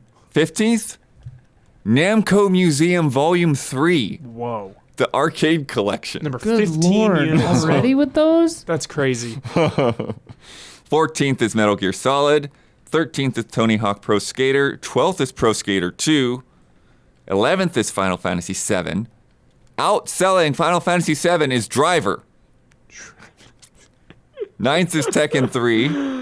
8th is Crash Bandicoot. 7th is Spyro. Spyro outsold Crash. Wow. It's just of universal appeal. It's just like a purple dragon. It's adorable. Outselling both of those, Frogger. There's no way. There's no way, dude. Yes. Frogger 1997. There's 6th place. no way. 5th place, the Jam Pack Series : PlayStation. Dude, hell yeah. Those were sick. Weird that they counted it, but okay. It sold units. There By you the way, go. IGN gave that Frogger game a 2 out of 10. Just so you know, I remember it being horrendous. I remember it being Awesome. one of the worst games. That's why Wow. I'm shocked. Yeah. 4th place, Crash Bandicoot 3. 3rd place, Gran Turismo. 2nd place, Crash Bandicoot 2. 1st place, Gran Turismo 2. Nice. So that's interesting. The GTs Yeah. swapped from units and dollars. Love Gran Turismo. Gran Turismo 1 was number 1? Gran Turismo was 1 in dollars. Gran Turismo 2 is 1 in units. So sick. Awesome Nice. list. All right, Dreamcast time, blood. Dreamcast time. Shenmue. Hit me. 9th place on Shenmue. both. 9th place in the top 10. You love Soul to see it. Calibur. Soul Calibur 2. Soul Calibur 2 is Yeah. not Dreamcast. Soul Wow. Calibur 1 One. was 7th place in both. That's right. 2 was D. Soul GameCube. Edge, you mean? Yep. No D. What was that, Damn. Damiani? Soul Calibur 1, wasn't it called Soul Edge? Or No, was it Soul Edge called is a different game. Oh, Sonic. yeah. Sonic. Sonic for sure. Adventure. God, I played so much Soul Calibur Soul on Blade, Dreamcast. thank you. Soul Blade. Sonic Adventure is 3rd on dollars, 1st on units. Whoa! Yep. Yeah, go Sonic. Sonic Yeah. Adventure That 2 was the killer app. That Dreams- was the Dreams. system seller. Yep. That was on the screen at EB Games, and I was like, I need this. Sonic Adventure 2 was 12th on dollars and 11th on units. Blue Stinger. Did that even come out in the US? Hell yeah, dude, I have it. Okay. Laura. It is definitely not there. Oh, Crazy Taxi. Good call. Crazy chat. Taxi. Crazy Taxi, 6th on dollars, 3rd on units. Ready? Seaman Dreamcast, damn it. Yes, Or was that the other one? it is. Yes, but Seaman's not on here. Ready to Rumble boxing, dude. 8th place on both. Ready to Bring rumble. it back, please. Come on. Oh, Jet Set a Radio, random- good call. A random UFC game. Yeah, where's Skies of Arcadia, baby? No UFC, and I don't think there's any Skies of Arcadia. That's I know disgusting. there's What no about Jet Skies Set of Arcadia Radio? for a fact. No. Sega Bass Pro Fishing. There you go. Yep, Holy shit. 14th place on units. doubt, no 17th place on dollars. no doubt. Mortal Kombat? Gold. MK Gold. I don't think that there is any Mortal Kombat, actually. There's definitely another Huber favorite, though. Dynamite Cop. No. Was the Symphony of the Night one with the extra level Dreamcast, or was that Saturn? That must have been Saturn. That was Saturn. Saturn. Not Shenmue. House of the Dead 2. Oh. 16th on unit sales. Oh, Power And Stone chat says? 14th on dollars. And Power Stone, of course. Yep. I don't think Power Stone's here. What? How is this so hard? There were only like 5 games put out for the damn Dreamcast. You're forgetting a very significant part of the Dreamcast legacy and lineup. Oh, a lot of sports games. There are a lot of sports ton games here. Of sports games. It's Yep. NFL 2K, NBA 2K, Yep. 100. Oh, Virtua Tennis. Yep. Oh, Yep. yeah. Virtua Yep. Tennis is Yep. 20th Virtua on dollars Fighter? and 12th on units. Is a Virtua Fighter in here? I don't know that there is. Oh, chat says Knights. That's a good one. Knights was Saturn. Oh, I don't think Virtua Fighter made it. Shantae? Did that start out on Dreamcast? No. Oh. All right. Hockey. I think we're close. I got like 10 of them. That's Yeah, there's we hockey win. for sure. There's a lot of sports here, so we'll go through the rest. I don't know if we missed anything that's not sports. Okay. Oh wait, we did miss one, but we'll get there. Okay. Oh yeah, there's another one too. Okay, 20 Virtua Tennis. This is dollar sales. 19th Tony Hawk. Yes. 18th NBA 2K2. 17th Sega Bass Fishing. 16th NHL 2K. 15th NFL 2K2. 14th House of the Dead 2. 13th World Series Baseball 2K1. Oh, I remember that game. Dude. 12th Yo! Sonic Adventure 2. 11th Tony Hawk Pro Skater 2. 10th Huber. Resident Evil Code Veronica. Fuck. Wow, you're a I charlatan, know. Huber. Of course. You're fired, Fake bro. fan. Oh, fake fan. Yeah, of course, Dreamcast version first, and then a year later it was the X version on Yep. PS2. 9th is Shenmue. 8th is Ready to Rumble. 7th is Soul Calibur. 6th is Crazy Taxi. 5th is NBA 2K1. I remember, like, NBA 2K was just like... insane. Yeah, Insane. We everyone played was so much. over the moon with We those. played so much. Yep. 4th is NBA 2K. 3rd is Sonic Adventure. 2nd is NFL 2K1. 1st is NFL 2K. Now for units. 20th, Tomb Raider, The Last Revelation. 19th, NHL 2K. 18th, Tony Hawk. 17th, NFL 2K2. 16th, House of the Dead 2. 15th, Resident Evil Code Veronica. Outselling Resident Evil Code Veronica. 14th, Sega Bass Fishing. 13th, Tony Hawk's Pro Skater 2. 12th, Virtua Tennis. 11th, Sonic Adventure 2. 10, World Series Baseball 2K1. 9th, Shenmue. 8th, Ready to Rumble. 7th, Soul Calibur. 6th, NBA 2K. 5th, NBA 2K1. 4th, NFL 2K1. 3rd, Crazy Taxi. Hell yeah. 2nd, NFL 2K. And 1st is Sonic Adventure. As it should be. That feels correct. Awesome lists. Wow. Oh, it's bittersweet blood. It makes me just think so fondly of the Dreamcast. It was such a fun system. It was so fun. I feel like it had such a good balance of like local stuff, but also just single player showpieces. Yeah, because they did have the 4 controller ports there. Yeah. There's basically the second system to have 4 controller ports. Yeah. Yeah, you get the damn multi-tap for PS2. That was annoying. Right. Yeah. Great lists. And Matt Piscadella put that together? Yeah, those are all Circana. Yep. It's very fun. Yeah. Too bad Shenmue was only 9, because a lot of people to this day say it bankrupted Sega. So, yeah, 2 wasn't on that list. Actually, in that context, it's pretty surprising that it was that high on the list. Yeah. Yeah. Hell yeah. Number 9. Yeah, the budget, I think, was like 60-something million, which nowadays, but back then, 25 years ago, crazy. Shout out. Always, I'll always take a minute to talk about Shenmue when we can, when it's relevant.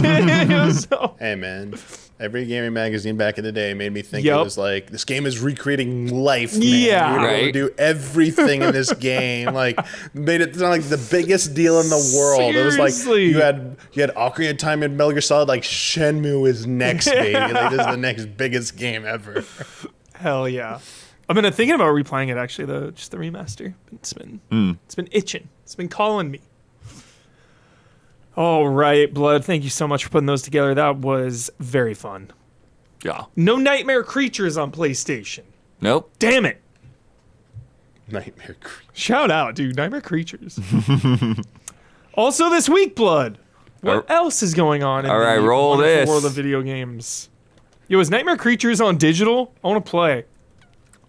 I don't think so. Anyways, Pacific Drive.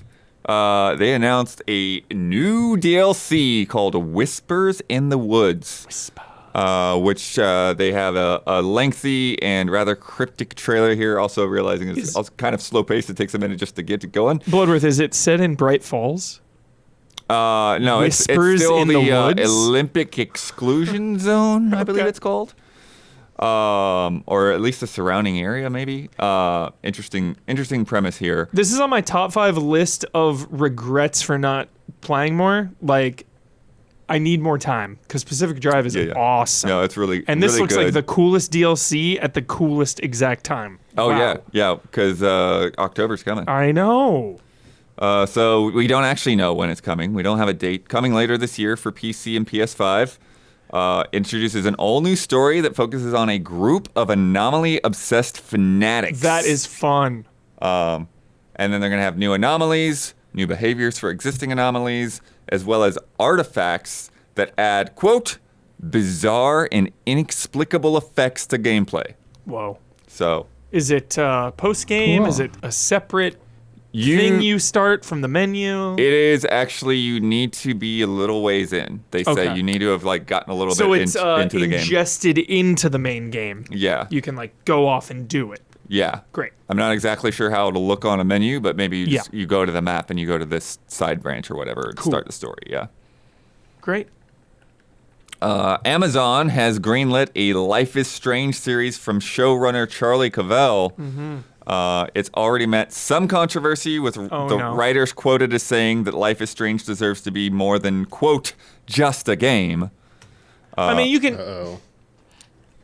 You could spin it would need the context. You could spin that so negatively or so positively. It should be more than just a game.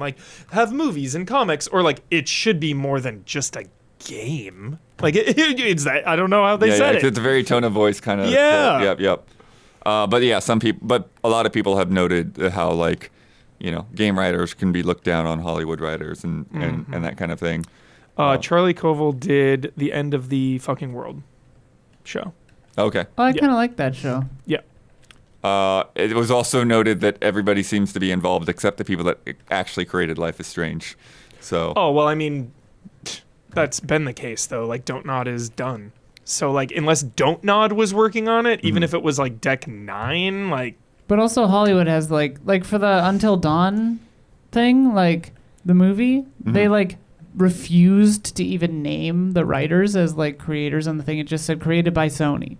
That's Right. They just, like, don't say the names. That's- It's that's- really And fucked. and I think That's also, upsetting. Is it some kind of financial thing, you think, Kyla, or what? Just people being bastards. I don't know. Jeez. but that's the thing, Hubert. Like, I can fully understand Don't Nod not wanting to make another Life is Strange game. That like, okay, we want to create new stories and stuff. That's a different thing than consulting on an adaptation. Like, Yeah. they're not asking them to write the thing, but just to like pick, get them in there and like have them be able to Sure. contribute and pick their brains and stuff. But, Consult, at least. yeah. Special thanks. Yeah. As reported by I'm excited, though. Sorry. Yeah. I am excited. Any Life is Strange to me is exciting until the franchise just starts like tanking after one bad thing after another. Well, I mean, that's the thing, though. It's like we're in this weird thing where it's like, oh, like the last game didn't do well. You laid off Yeah. a lot of the people at that team. The last one really hit Yeah. dinged the franchise as a whole. But I'm still excited for any Life is Strange content. Yeah. I am just skeptical Yeah. about their ability to adapt something that is very tied to you making the decisions and having the consequences. You're so, And so right. how does that play out? How does the thing where you rewind time to try to get a different outcome You're so play out in a right. TV series? Yeah. Because I mean, the same could be said about Until Dawn. The thrill of like the QTEs, I'm gonna die now, versus like just watching it. Yeah. Yeah, interesting. For Damiani, well, for everyone. But as reported by Gematsu during a second anniversary broadcast for Final Fantasy VII Ever Crisis, Tetsuya Nomura reassured everyone Oh yeah. that Part 3 of the FF7 Remake series and Kingdom Hearts 4 are both on schedule and, quote, moving along really smoothly. On schedule. Yeah. You need a date to be on schedule. That's the thing, though. They say they have dates. They have a timeline. They just aren't telling us what that Alright. is. Everyone just, All right. The Game Awards. Let's go. if you're listening or watching, just take a second out of your day. Take the time. Just take a second to appreciate Sora today. Think about Sora for like 30 Correct seconds. tomorrow. I don't think either of them will be. Talking about boneheaded corporate moves, apparently Steven Spielberg really wanted to direct that Call of Duty movie. Yeah. But because he wanted full creative control, Activision got cold feet and made the Turning deal down with Paramount Yeah, imagine instead. saying no to Steven Spielberg. What a power move, dude. And going with Paramount, who's been like doing weird shit for years. Like, what are you thinking? Spielberg. So weird. One of like the like no bad shit about Spielberg, has made like some of the greatest movies of all time. Like, what? That's insane. Yeah. That is insane. This one's for you, Huber. Should get Ridley Scott though. I'm championing that. Get Ridley Scott to make Call of Duty. Actually, this just goes back into what we were talking about adaptations. So, in an interview with IGN, Tim Willits at Saber Interactive said that the team working on Hellraiser Revival is looking to make the most M-rated game that they can. Ooh, okay. Quote, Hey, we liked Awesome. that new one, Isla, right? We liked it. The movie? Yeah. Yeah. It was good. Yeah. quote, we are going to go as far as we possibly can. As far as the people that make the rules will let us go. Whoa. So not that far. Yeah. There are rules for policemen. That's what my chief keeps telling me. But going back to what I was talking about with the adaptations, so in the interview too, they were saying that like they are sending Clive Barker notes, and he's actually like getting back to them like right away. It's like, oh yeah, no, like he wouldn't do this, or this isn't really fitting, or he's like filling in the Great. gaps of things that like aren't actually in the screenplays and That stuff is like that. great. And they're like, this is like really unusual because usually when you have like some high profile celebrity producer, director, or whatever, like they won't pay any attention to what you send them for like 6 months, and then He's been involved in games though many times. Yeah. Like, he's had several games of his own, so that makes sense. 72 years old, dude. Crazy. Crazy. And today, Oh, I forgot he's gay. Clive Barker. Yeah? Hell yeah. Who was... what is the name? but Jamie Clayton. God, I was looking for that name, Isla. Jamie Clayton. For the new Hellraiser. Oh yeah. Yeah. Pinhead? Yes. Yeah. She was great. Yeah. Oh, really but no, loved it. they're using, I think, Really the loved original actor for the old school Pinhead. They're using the old OG voice actor, yeah. Ah. Chill. Who's also got to be pretty up there. Anyway. Awesome. And today, BAFTA Games announced that they are planning a Baffling BAFTAs. concert with Austin Winery to celebrate 20 years of honored game soundtracks. The concert will take place at the Royal Festival Hall on January 31st, and Austin is planning to bring in some special guests as well. That is can't miss. Yeah, I was Can't at miss that. Wow. Austin did a concert at GDC this year, and there were just so many like creative threads and Dude. ideas, and like this is saying like just like he just brought Will Roger out there to do a bunch of stuff because like he had all these soundtracks that hit at the same time. So That is really cool. Yeah. We Did you- love the BAFTAs. Did you hear they just 3 days ago got rid of the head of games role at BAFTAs? What? Yeah. no, I hadn't heard anything about that. I don't know how it'll No. impact our working with them or what they're doing with games or whatever. But yeah, that was kind of a bummer. I Damn. don't know. Those are so fun. Well, I mean, they just did this, so it's not like dead in the water. So Yeah. Yeah, in Luke Hebblethwaite's post, he said, "I'm sad to say that they'll be leaving on tomorrow, the 12th of September, due to recent internal changes. The head of games role is being discontinued, and they'll be moving on to new pastures. While BAFTA's work in games will continue, for my part, it's been a tremendous privilege to have the role, blah, blah, blah, blah, blah. Yeah, I don't know. No Wow. real details. It's just kind of they aren't doing the head of games anymore. I don't know. interesting. Restructuring. I Hey, guess. Damiani, if we're on the Silksong timeline for Kingdom Hearts 4, development began in 2020. So 2 more years okay. about. 2027. 2028. I mean, I'd say 2026. Doug Bradley is Let's hope. Pinhead's voice. Doug Bradley. don't worry. We'll have a stretch of time between sometime next year in 2026 through 2027 where we'll get Kingdom Hearts 4, Final Fantasy VII Remake Part 3, and Dragon Quest 12. Yes, dude. Yep. It's all happening. Hell yeah. It's time for love and respect.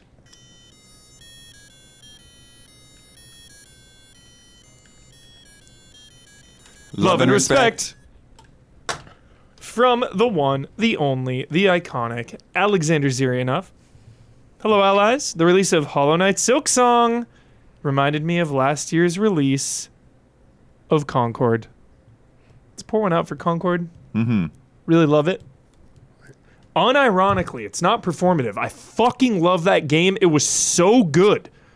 Proof that it's good? Check out our stream. We streamed it. You- Gabby and I, multiple We times. documented it. Yep. Dude, game is fun. Fight as one. In both cases, the audience had made up their minds about the game way before playing it. Concord people for sure, dude. No one played that and everyone talked shit. In both cases, this predetermined opinion had a much larger impact on the sales than the actual quality of the game. Yes, we can probably say that Hollow Knight Silksong is a better game than Concord, and that the gaming community got it right, but surely such influence of hype is bad for the industry. You can hire a talented team, give them time and resources to realize their vision, but all that effort can instantly turn into nothing if some popular influencer decides to have a beef with your game or hype up your direct competitors. Absolutely. A recent example, even though it's not the best game ever, an example that just came to my mind is Callisto Protocol. Oh. Big streamers were just okay. instantly like, fuck this game, and it just died on the vine, dude. Like, that game is good. Game is solid. But people with influence, they just They got the power, man. They got the power. We often blame greedy corporations for the lack of innovative games and new IPs. But it's probably the hype culture that is largely responsible for the abundance of safe sequels and licensed titles. Curious to hear your thoughts, especially if your opinion is different from mine. I think you're really onto something, Alexander. Big time. I think blaming hype for that is it's an element, but I don't think it's the sole contributor. I think Concord failed because its ad campaign and character designs are terrible. Bad character designs. And like it felt derivative of Guardians of the Galaxy, and like no one was sure what it was. But things with and they just bad introduced characters, it really poorly. Things with bad characters have succeeded a million times, though. Bad designs. Sure, but I don't know. Concord just had like some weird perfect storm of elements that just irritated people. It was this very black hole kind of thing. Yeah. Whereas I think Silksong kind of conversely, like the hype was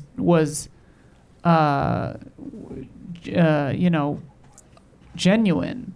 People were actually excited because they loved the predecessor. Yeah. And like they barely advertised this damn thing. They were radio silent for like 6 years. I still don't think that they did advertise it. Yeah. They just let Xbox and Nintendo advertise it for them. Like in the most baffling ways. Like streamers. So it's weird I don't think blaming hype for this, and certainly I don't think blaming hype for lackluster sequels makes sense, because that is, I mean, corporate greed. Yeah. I mean, like it's you have to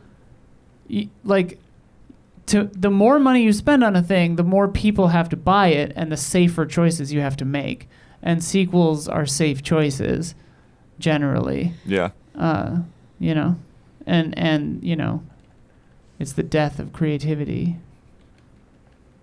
I don't know. The Love bottom sequels. line. Yeah. I mean, what's interesting though is that like we are in kind of a space where there are a lot of those, you know, kind of cult hits, niche hits. And that's why I was surprised that Concord did so badly, because I figured like, oh, you know what? This will be just noise in the gaming community. There will at least be enough to like sustain a small community. And it was like, no, there's not even. We got to pull the plug. It's like, dude, wow. Pulling the plug on that is offensive, dude. To this day, I'm bitter about it, man. That was what was so surprising to me. What was so surprising to me about Concord, because like we're used to in the gaming sphere, you know, of having like a vocal minority where it's like, you know, 5% of the audience is super pissed, and that's 90% of who you hear from, you know? Right. And I kind of figured like I was surprised, because I thought Concord, you know, didn't look super interesting to me, but then I was like, I didn't really think about it again. And I figured like, oh, this will find its audience, whatever. And then like, I was shocked when the concurrent player numbers on Steam were like 600 or whatever on day 2 or whatever. I mean, like, think about this. Just everybody turned. Brawlhalla. Crazy. Brawlhalla is still going. Yeah. Yeah, For Honor, Brawlhalla.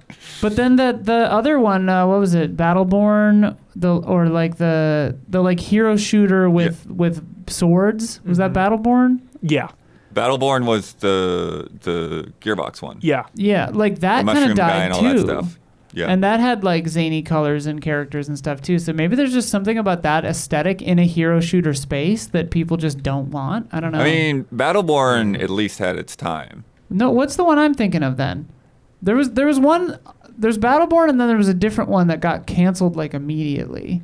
What am I thinking Because of? Battleborn was like 2017 or something. So no, it was the other one. It was the wasn't it Epic Games one? Not Paladin. Well, Paladins got canceled before it came out. I know what you're it talking also about. started with a B. Yeah, I played it and it was Paragon good. Or whatever. Battleborn. Yeah, Battleborn is the one that they just killed. And Lawbreakers. Like all of these like no, Battleborn weird... is what we just were talking about. The Gearbox one. Battleborn? Lawbreakers also. What else? They killed Battleborn. They did, but it was around for a while first. For like a year. There was another one, dude. I forget. There was another one. Because I remember them like reconfiguring it after a while, try to like breathe some life back into it before they killed it. Battle Cry. Battle Cry. Yes. Thank you, Dude, doggo. I played that at E3 or an event or something, and it was was like- solid. It was sick. Yeah, I was like, it's on the edge of my, it's like the same name as Battleborn. Yes. What am I Yes, talking about? Thank Thank you. you. Thank I was Isla. blood had me doubting my own perception of reality there for a second. I was like, am I crazy? Yes. Anyway, they both died. Battle Cry, dude. And Lawbreakers. I feel like that, like hero shooters, don't try it. Like, don't Yeah. try to be zany. Yeah. People don't want that. One thing I did want to bring up on Alexander's comment about such influence of hype is surely such influence of hype is bad for the industry. I think on the positive end of that, we get things that blow up like Phasmophobia or Lethal Company Right. or Big Peak, Balatro.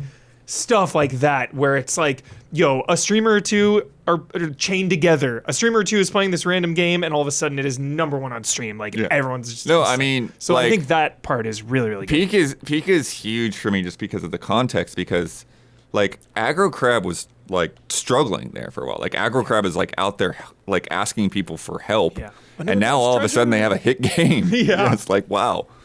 Yeah, I don't think hype is bad in any way. I think that like there's nothing bad about people being excited about games. Like I don't say what's bad about that. Like Yeah. policing it is kind of intense, but like whatever the opposite, like weaponized hatred, I think is bad. Like Yeah. I think Concord didn't get a fair shake. I think people can be uninterested in a game and it can fail. That's just the fucking market. But like nobody needed to be mean to it, you Yeah. know. Yeah. It was so unnecessary. And yeah, don't tear other Holy shit hell. down. Like if you like Yeah. one thing, that doesn't mean you have to dislike another Like thing. the amount of hate for people that were never even gonna bother playing it to begin with, like just let it be. Let it be over there and let people play it and be excited about it. It's just so crazy. Yeah. Frick. Humans are a disease. I don't know. God.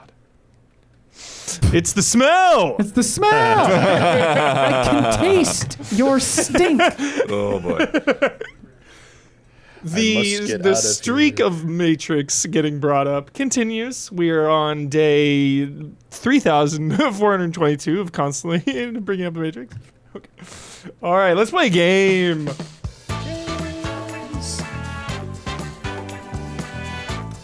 From Cody Spencer. Hello, allies. I'm back with a game I brought before where you recast the original Avengers with video game characters that served the same role on the team. Okay. This time around, I will have you recast some of the expanded roster of Avengers. The rules are the same. I will provide multiple options, non-antagonist, and you choose which video game character will fill that role on the new team. As a reminder, this is our team as it stands. All right. We are okay. Yes. The tech genius, Morden Solis. Great pick. I'm proud of us. The inspiring... The inspiring leader is Sonic. Hell yeah. Yeah. The god demigod, of course, is Kratos. Mm-hmm. Dude, I'm proud of us. The rampaging monster, Blanca. The spy with a dark past, Joanna Dark. And our marksman is Quiet. Nice. Yo, good Wow. list, allies. Fun team. Okay. All right, love and respect, Cody. Here we go. So provide multiple options and you choose which character. Yeah. Okay. So we have to pick between the three. Yes. So we have first up the Witch. So like Scarlet Witch.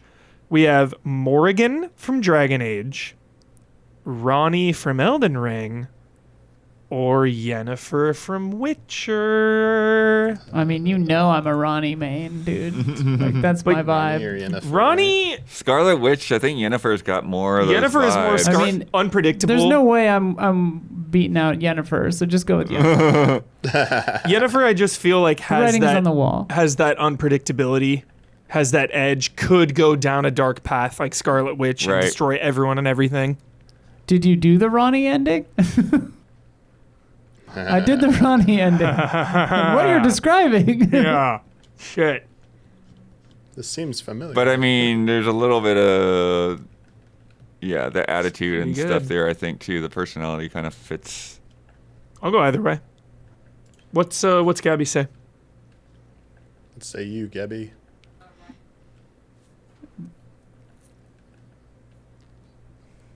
She says Yennefer. Yennefer. Yennefer. What's Don say? Don's the tiebreaker. He says Yennefer. It's fine. No one else played Elden All Ring. right. It's fine. Yeah, and I feel like this second one. I went back to look at the original comment. I think they forgot to fill in, so we only have one option. They win. Yeah, and they're already the inspiring leader. We can't do that. Can't be. We're skipping that one. What was the category? The speedster, like Quicksilver. We could think of one. Sonic again. They can't. Can't, Well, no, can't that's fit 2 rolls. Knuckles. Not fast enough. Yeah. Not fast enough. Really? Who else is fast in games? What's Faith from Mirror's Edge? Oh, It's not sure. really fast, but No. She's a human. yeah, fast. What's the Bit Trip Runner guy? Samus with a speed booster. Meat Boy. Yeah, skip it. No. Hold on. Wait. Fastest characters. Miles Morales. Could be Speedy. Also Already in the Octane. Avengers. Octane, Apex Legends. Tracer, Overwatch. Yeah, she can teleport. Gabby likes Octane. Octane. Okay, we're doing Octane. Speeder, A year from now, we're gonna be like, who? 100%. All right, the AI like Vision. Cortana from I see what Halo. you mean. I mean, Shodan. We're going. Not a pick, unfortunately. Legion from Mass Effect. Okay. We are Legion. Or Mega Man. Ooh. For that. For AI. Going Legion on me. Dude, you want like Ultron on our team, bro? Like, Well, you're talking Vision. sketchy. What are they again? Run are they? Legion in Mass Effect, Cortana, Halo, or Mega Man. Mega Man. Yeah, I want Mega Man, dude. I want Mega Man. Same. Mega Yeah, Man? sure. Okay. You can. I mean, it doesn't have to be Mega Man. Dude, Mega Man, though. Yeah, why not GLaDOS? Not one of the picks per Cody's rules. We must pick Also, GLaDOS is kind of tied down. true. Literally, yeah. True. GLaDOS has more in common with like the X-Men Danger Room. Honestly. All right, the size changer like Ant-Man. Oh, this is cute. Knack. This is very cute. Cody from It Takes Two. Max from Grounded. Or Mario with a mega mushroom. Or a poison mushroom as well. Just go up and down. I mean, you can't pass up Mario. Can't pass up Mario. Love that. But otherwise, Knack. Oh, true. Should have been Knack. Should have been next. Should have been Knack. Can we veto and We could say Knack. Damn Put in it. Knack. Yeah, we got it. We veto Knack. Yep. Sorry, Cody. Knack has to Sorry, be Cody. part of our team. It just has to be. All right, the high schooler / neighborhood hero. All right. So like Spider-Man, we got Max Caulfield, Life is Strange. We got Joker from Persona, or moving on, Sora Kingdom Hearts. That wins. Sorry. Yeah, there's no. What are you doing? How do you Give put me- Sora in there? And give me then- Sora. Yeah. Can't do Too it. OP. Too OP. Oh, it's good. Sure. It's gotta be. It's gotta be. I would have got Sorry, Maybe Max Sora. otherwise, but yeah. I know. I'm sorry, Max. I'm sorry. Oh, this is a good one. Oh, yeah. It's a fun Yeah, one. Yeah. Oh my gosh. The brainwashed sleeper agent, Oh like my Winter God. Soldier. Okay. Okay. Dude, this is a list.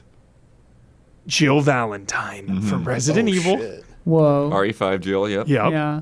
Raiden from Metal Gear.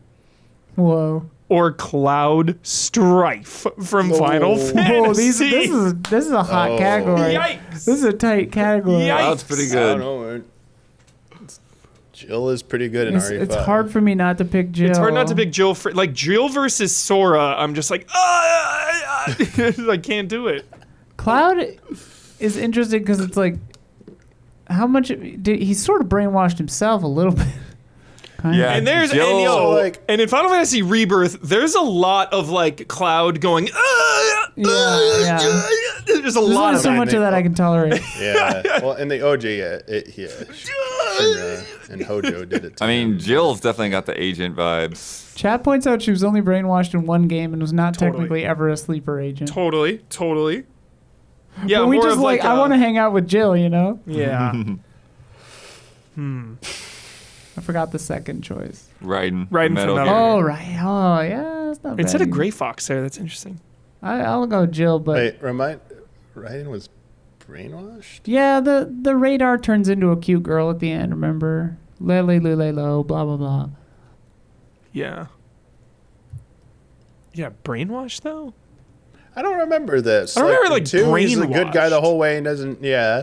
And I just remember the end they fucked with he's a He has good guy. he's had and mental Revengeance, conditioning. he's a good guy. He's Yeah. had mental conditioning. He's like forgotten stuff, if I recall. Yeah. Jack is I know back, that, but, dude. like, Jack he the was- Ripper. Yeah. It's not so much like sleeper agent. It's just they made him forget some stuff. Yeah, like he's I agree. Yeah, he's, like, conditioned, not yeah, good brainwashed. word, Like he Chad. clearly has like We have to go Jill because she's the only one who's technically Yeah. brainwashed. Do it. yeah, he's like rebelling. So he's like got free will still. Raiden yelling Jack's back and let her rip in Revengeance, Damiani is like top 3 video game shit ever. Dude. So good, isn't it? Let her rip. Not getting Revengeance 2 is like the greatest, the worst. The thing in greatest world. gaming sin this has ever. Yeah. That is like the sequels that we never got that we deserve is Revengeance. All right, the king / royalty like Black Panther, Oh, Okay. Princess Zelda / Sheik, Zelda, Alistair from Dragon Age, or King Dedede from Kirby. real be- hard to pass up Zelda. You gotta go Zelda. Sheik is great. Yeah. Sheik is really Gotta good. go Zelda. We got a few more. The Wingman, like Falcon. All right, Captain America's Right, Captain right. America. Just Captain America now. Tails, Sonic. Arbiter, Halo. Dom from Gears of War. I'm leaning on Tails there. Pander here. Tails is great, but the Arbiter is also pretty I solid. love the Arbiter, Arbiter's and I pretty love sick. Tails, and I love Dom. Don't make me choose. I cannot choose. Dom has a Falcon vibe. Like if Marcus is Captain America, Dom is Falcon. Like in the early Zorgla in days. chat saying LMAO, can we pick Dom? I know it's Makes me so. wanna pick It is. Dom. It is such a good funny pick. Like Dom, dude. Dom. Do it. Yeah, let's go Dom. Shout out. Dom. Also Dominic Toretto. Dominic Throw that in there. Toretto. Dominic Toretto. It's always Toretto.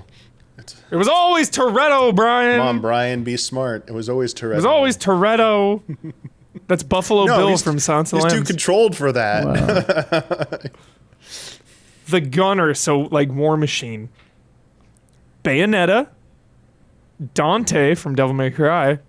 Or Barrett from Final Fantasy. Ooh, I gotta go Dude, Barrett. I gotta go Barrett. Yeah, Barrett. Dude, Barrett is War Machine, Barrett's man. a great gunner. Like putting on like Yeah. different gun apparatuses, like Bayonetta feels underutilized as just a gunner. yeah.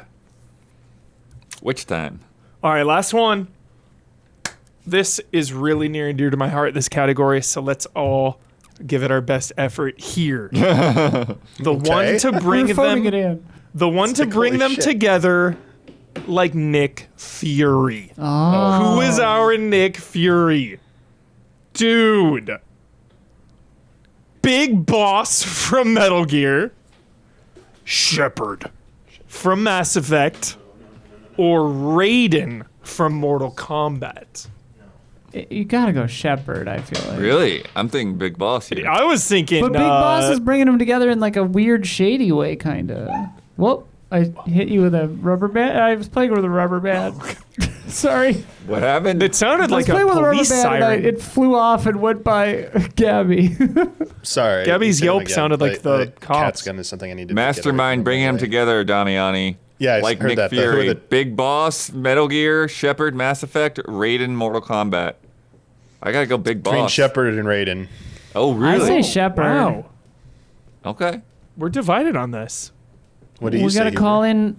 Yeah, Hubert. Dude, honestly, Peace Walker means nothing. I think of Peace Walker and 5, of course, Yeah. bringing people together. But honestly, You said Big Boss. Shepard holding it down, bringing that team together. It's Yeah. fucking the best ever. It's the dude. closest the best. analog to Nick Fury too, because Yeah. there's no like ulterior motive. Yeah, it's the best. It's the best. We're going Yeah, Shepard. hell yeah, hell yeah. We're going Shepard. Shout out. All right. Great Avengers lists. Thank you so much, Cody. If I could draw, I would draw them all. But I can't draw. So I would do a cool thing of all them as the Avengers. That's sick. That would be cool. Yeah. Okay. One more question from Brandon K. Gann. Hello, everyone. Now that Silksong has been out for a little bit, reviews are slowly starting to populate. Saw Eurogamer today. Perfect score, 5 out of 5. Slowly starting to populate, and as of writing, it's sitting at a 98 Crazy. on OpenCritic, with it briefly having a 100 the previous night. And for those who are fantasy critic inclined, I'm checking our fantasy critic. it currently right now. nets 40 points. Holy fuck! to Wow. all those who have it on their team. Yeah, dude, pick Silksong. Fuck, Bosman has it. It's actually down to 92 now. Yeah, it's only giving 23 points. Oh, okay. But it did get his score up to 78 out of the toilet where it was. Who's in first place? Me, I have 139. Haven't you won every single year? Gabby beat me once, but last year. But I've won every single other one. So you've won all of them, but Gabby currently is the defending champion. Yes, but Sick. I don't. Oh no, she's got 86. Okay. So she's not mathematically eliminated yet. In it. 93 on Metacritic. Crazy. All right. So 40 points. Blah, blah, blah, blah, blah. Red Sky has it in the mod league. That's good. Hell yeah. Well, the anticipation for Silksong had been at an all-time high. Few games have garnered. The fact it currently sits in the rarefied air as one of the highest reviewed games of all time is an incredible achievement.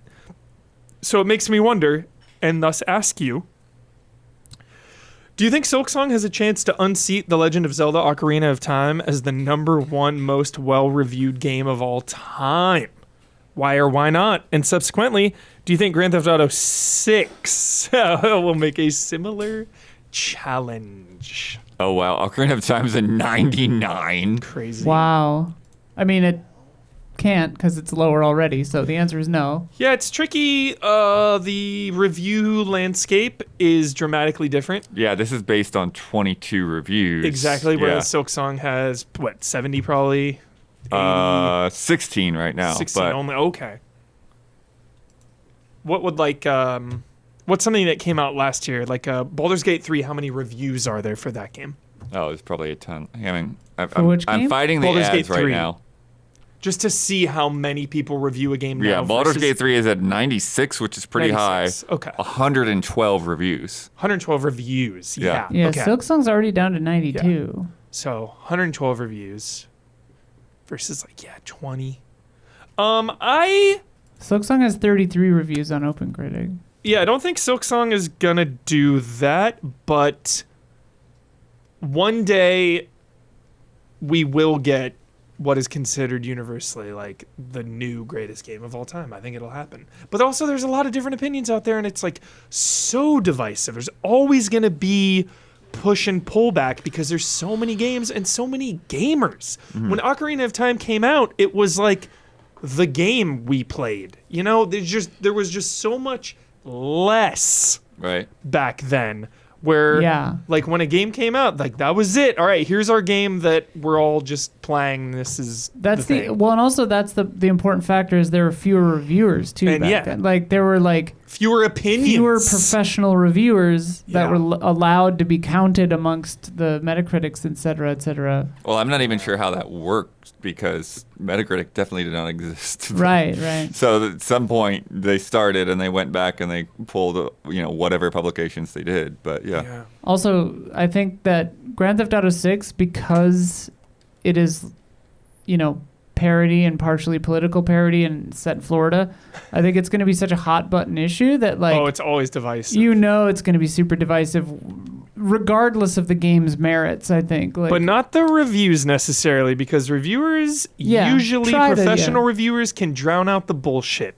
That's why like Red Dead 2 Open Critic has like 90 something, but right when that came out, there was a lot of freaking noise and a lot of opinions this way. But also I don't see unless GTA 6 pulls like a Breath of the Wild or something, where just like completely you can't even picture it. Can't even imagine an open world game before like what they do with the gameplay. Like I don't if they just do another GTA 5 but like bigger and higher budget, I don't think anyone's going to be enough people are going to be giving it full on 10s, right? To every minute is a minute closer, blood. But who knows? We don't know what they're going to do there. I'm very curious how they're going to parody Florida, because Florida seems so beyond parody. I am so excited for Bloodworth's Florida guided tour.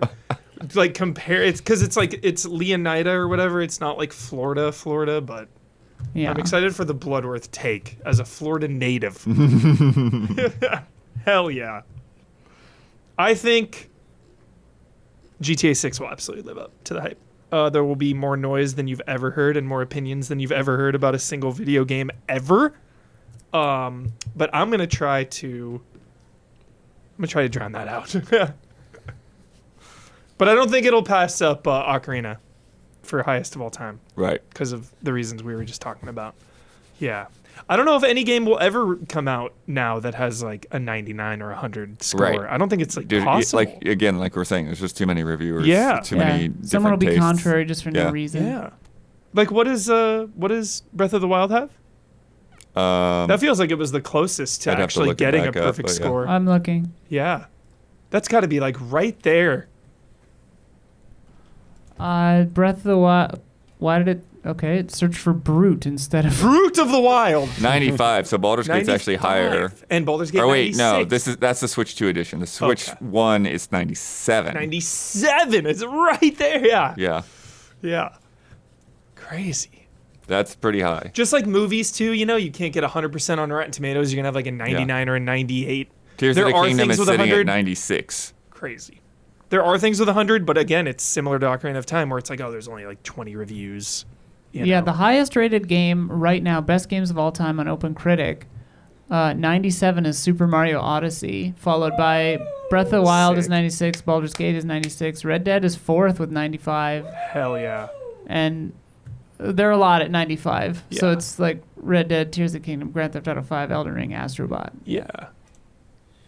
Hell yeah. So excited. We're so close. Yeah, we're so close. The Metacritic 8 months. 98 for Soul Calibur. Grand Theft Auto 4 has got a 98. Yeah, dude. Mario Galaxy's 97. Mario Galaxy 2 is 97. Crazy. And then Perfect Dark, the original, is 97. Nice. So expansion. There's actually a lot of 97s going on there, actually. Crazy. Metroid Prime, Mario Odyssey. In a few GTA months, 5. you're going to say GTA 6 is half a year away. So yeah, GTA 6 might be able to get up there. I don't know about 99, but it'll get up there. I just hope it's good. It doesn't need to be some 100 score. Just good game. By the way, before we get to this week's bets, Easy Allies patrons are getting 2 bonus love and respect questions, and another special shout out to all you patrons that helped us out during Easy Chillin'. So much love and respect to all of you. We had a blast. Check out some of those archive videos. 2 bonus love and respect questions, including some tough Monkey's Paw decisions. really good monkey's paw story as an episode of Tales from the Crypt. Tales from the Crypt old show. There's a monkey's paw one. Top tier. So if you want to get in on that extended cut, consider becoming a $5 patron at patreon.com/easyallies. Or for like $1 or more or less, whatever you're feeling comfortable with. But by becoming a patron, though, you'll also get an ad-free version of this podcast 2 days early. You'll get into the official Discord, and you can submit questions to Love and Respect. So help us out, y'all. And if you really want to help us out, you can do one of our producer tiers. Platinum producers get a shout-out on this podcast each and every week, and they go to some legends and some new legends as well. Literally one of these just happened. I just added yes. it. We got Jabawabs. We got Elthanis. We got Soul Tab. And we got Garrett Wholefish. Shout out. Shout out. Thank you, producers. Thank you. Now come join us on Patreon for those bonus questions at patreon.com/easyallies. Or as Isla and I like to say, it's time for bets.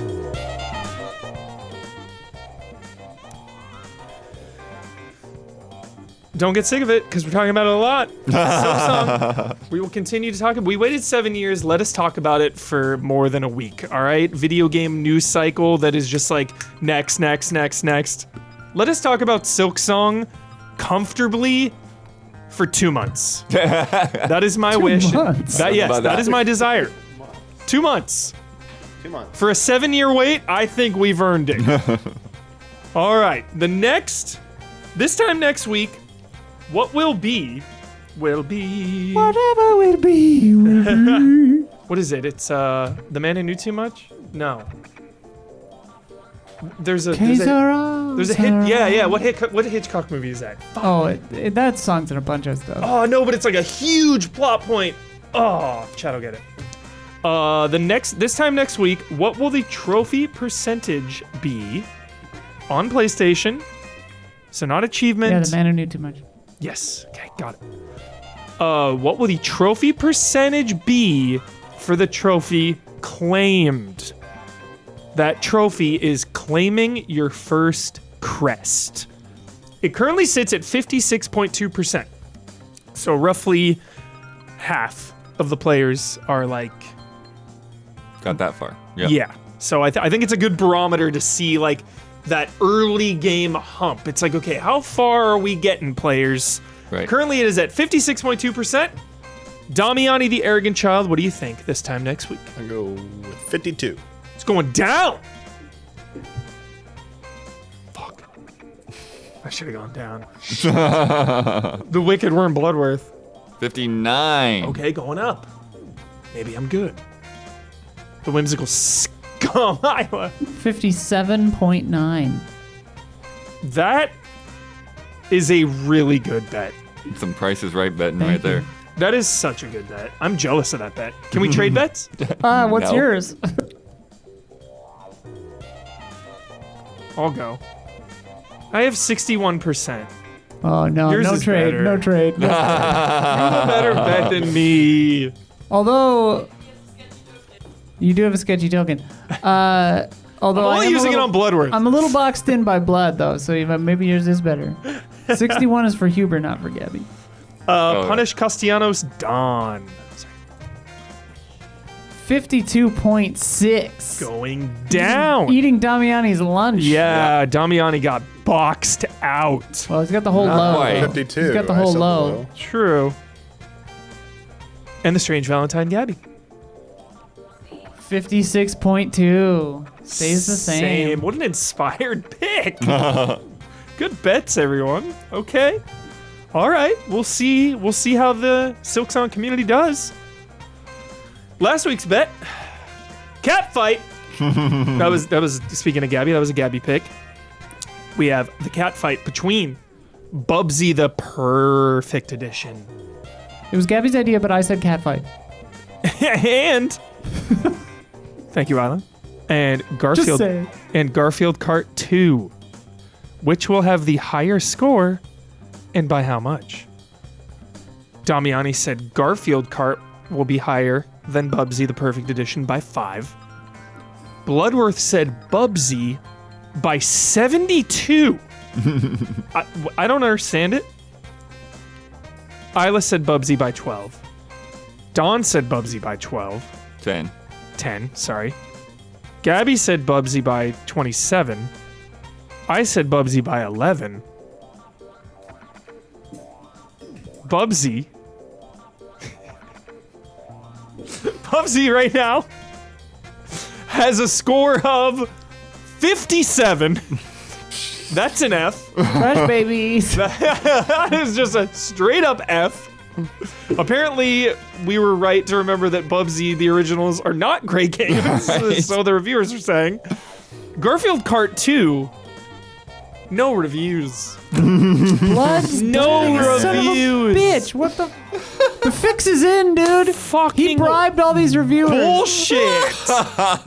This is bullshit. Wait, what's 57 minus 27 and 72 minus 57? It's 15 versus 30, but wait. Come on, there's got to be one right now. It Garfield. doesn't Kart. matter if there's one. There needs to be 4. Come on, Garfield Kart. Come on. There's nothing. It's exactly what I said would happen last week. That's why I bet that. Damn it, Blood. Nobody's Well done. No, well reviewing done. Garfield Kart 2 if they even send it True. to anybody. Fair. It's fair. Honestly, I hate to do it, but well done. Well done. But he thought Bubsy would be a It's 72. so weird in this day and so- age. It's not even a single review. Like, I feel like some know. obscure site would have like reviewed it and been on there. Totally. There's got to be at least one, dude. Someone out there. Garfield Kart 2 review. Got to be one. There's got to be one. There's 0 on OpenCritic at all. On Did the game actually release? hold on It didn't Steam. release. It released yesterday, the 10th. Yeah. On Steam, there's 103 reviews from players. Mixed reviews. That's Doesn't not- help us. yeah. Doesn't help us. What? Just curiosity. What is the user review score on Steam? It's mixed, Mixed. but I really like this first review. They have an hour on record, and they say, not recommended. As someone who played a lot of Furious Racing, this game is a rather major letdown. Oof. A letdown Yeah, from for the the previous first one. They're Garfield Kart. like a real fan. Yeah, Wow. yeah. All right. I love that. Bubsy probably would have won anyway. I love that. Okay, so Bloodworth wins the bet because he was big braining us. Damn. I will also point out that Furious Racing from 2019 also does not have enough reviews to have a score on OpenCritic. My God. It received 3 reviews, That is insane. one of which was a 2 out of 10 from Nintendo Life. Wow. Holy shit. And then this one gave it a B+. Nice. B plus for this one? Yeah. For the original. Oh, okay. Okay. All right. Bringing the current scores on this September day to punish Castellanos in the lead. Don with 10. Dispatch my lead, it disappeared. And the Wicked Worm Bloodworth in second place, gaining ground with 8. Right. Blood is right there. And then everyone else is 5-5-4-2. As we mentioned, Easy Chillin' was this week. Really hope you got to see some of that. It was a jolly, jolly good time. So be sure to catch up on those archives, which are available right now on Twitch. And will be on YouTube very shortly. So hold for a moment. We got everybody's golf in there. We've got Mario Paint drawing contest. Which was very fun. We should do So that fun. again. That was so fun. We didn't have enough time because we started it late, but like that was really, really fun. It was. Nice. Yeah. Yeah, I mean, I do have 2 other themes. Oh hell yeah. that were Let's do picked. them. Yeah. We got crowd control, spawning nemesis. We also want to play way more crowd control. It's so much fun. Yeah, we did remake 3 and like nemesis were just like spawning in. It's crazy. Brandon Jones was there. Mari Takahashi was there. It was a super good time. And again, like we said at the top of the Jason Wishnoff found dead. Wow. Yeah, Jason Wishnoff. I said it at the top of the show that Wishnoff was there. You did. And you can still contribute to that fund. We are 1,000 away from a group viewing of Avatar 3: Fire and Ash. I want it. I need it. Yeah, we're gonna keep those open until group stream Tuesday, probably, because we'll announce the final total on Tuesday. So if you do want us to meet any of those final incentives, again, 6K. We're at 5K. 6K is Avatar meetup. We'll watch Avatar 3 whenever that comes to theaters. In December. Yep. And then 7,000 was something, and then 8,000 was baby 7,000 is steps an in opinion yell. Oh yeah, 7,000 is opinion yell that you would get to pick the topic of. You would That's get to great. say what we would yell about. Yeah, so keep going if you want to meet those through Tuesday. But also, donation button is always active, so we really appreciate it. I have an ask. Can we use the experience tube again? When can we do that? Yeah, we Yeah. brought that up for It's if we do that. If we do opinion yell, the Okay. experience tube will definitely. What did Don call it? Was that you? Oh, You called it yeah. the intimacy. The intimacy sock. sock. Intimacy Yes. sock. Even if we don't hit that goal, I just want to use the tube. I want to look you all in the eyes in the tube. The intimacy sock. Wait, is that a real thing? That's what actors use to simulate sex on set.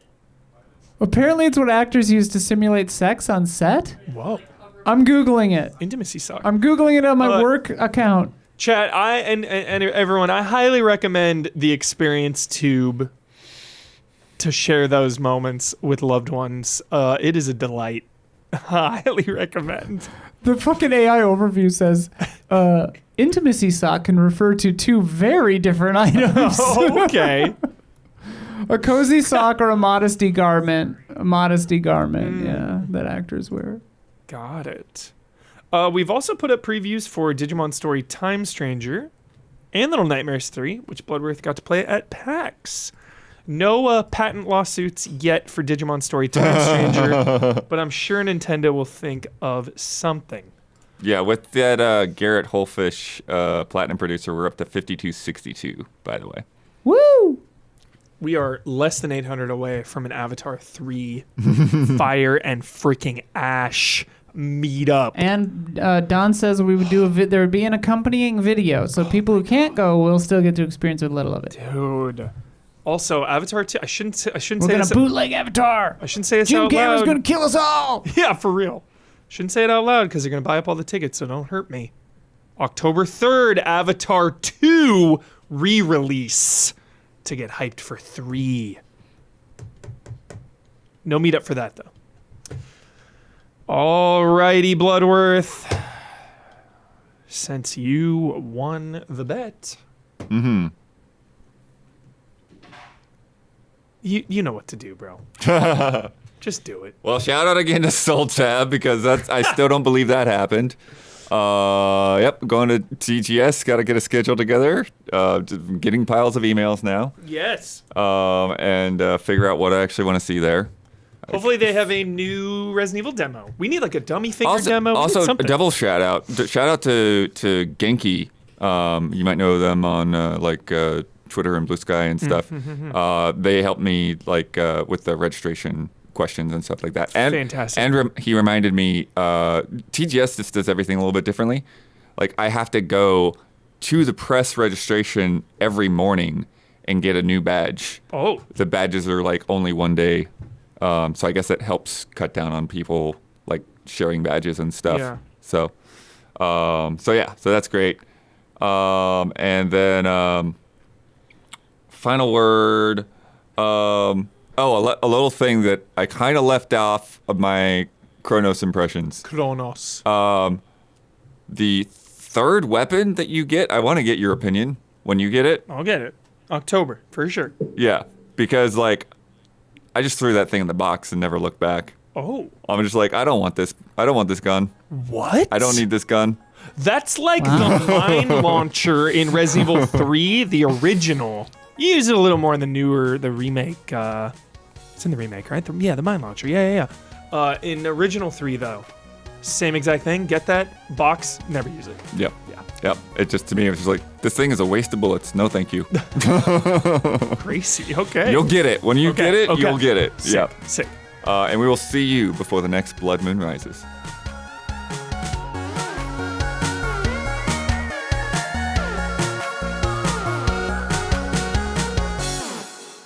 Cheese only gets you so far in this game. You have to actually like learn shit and learn how to play.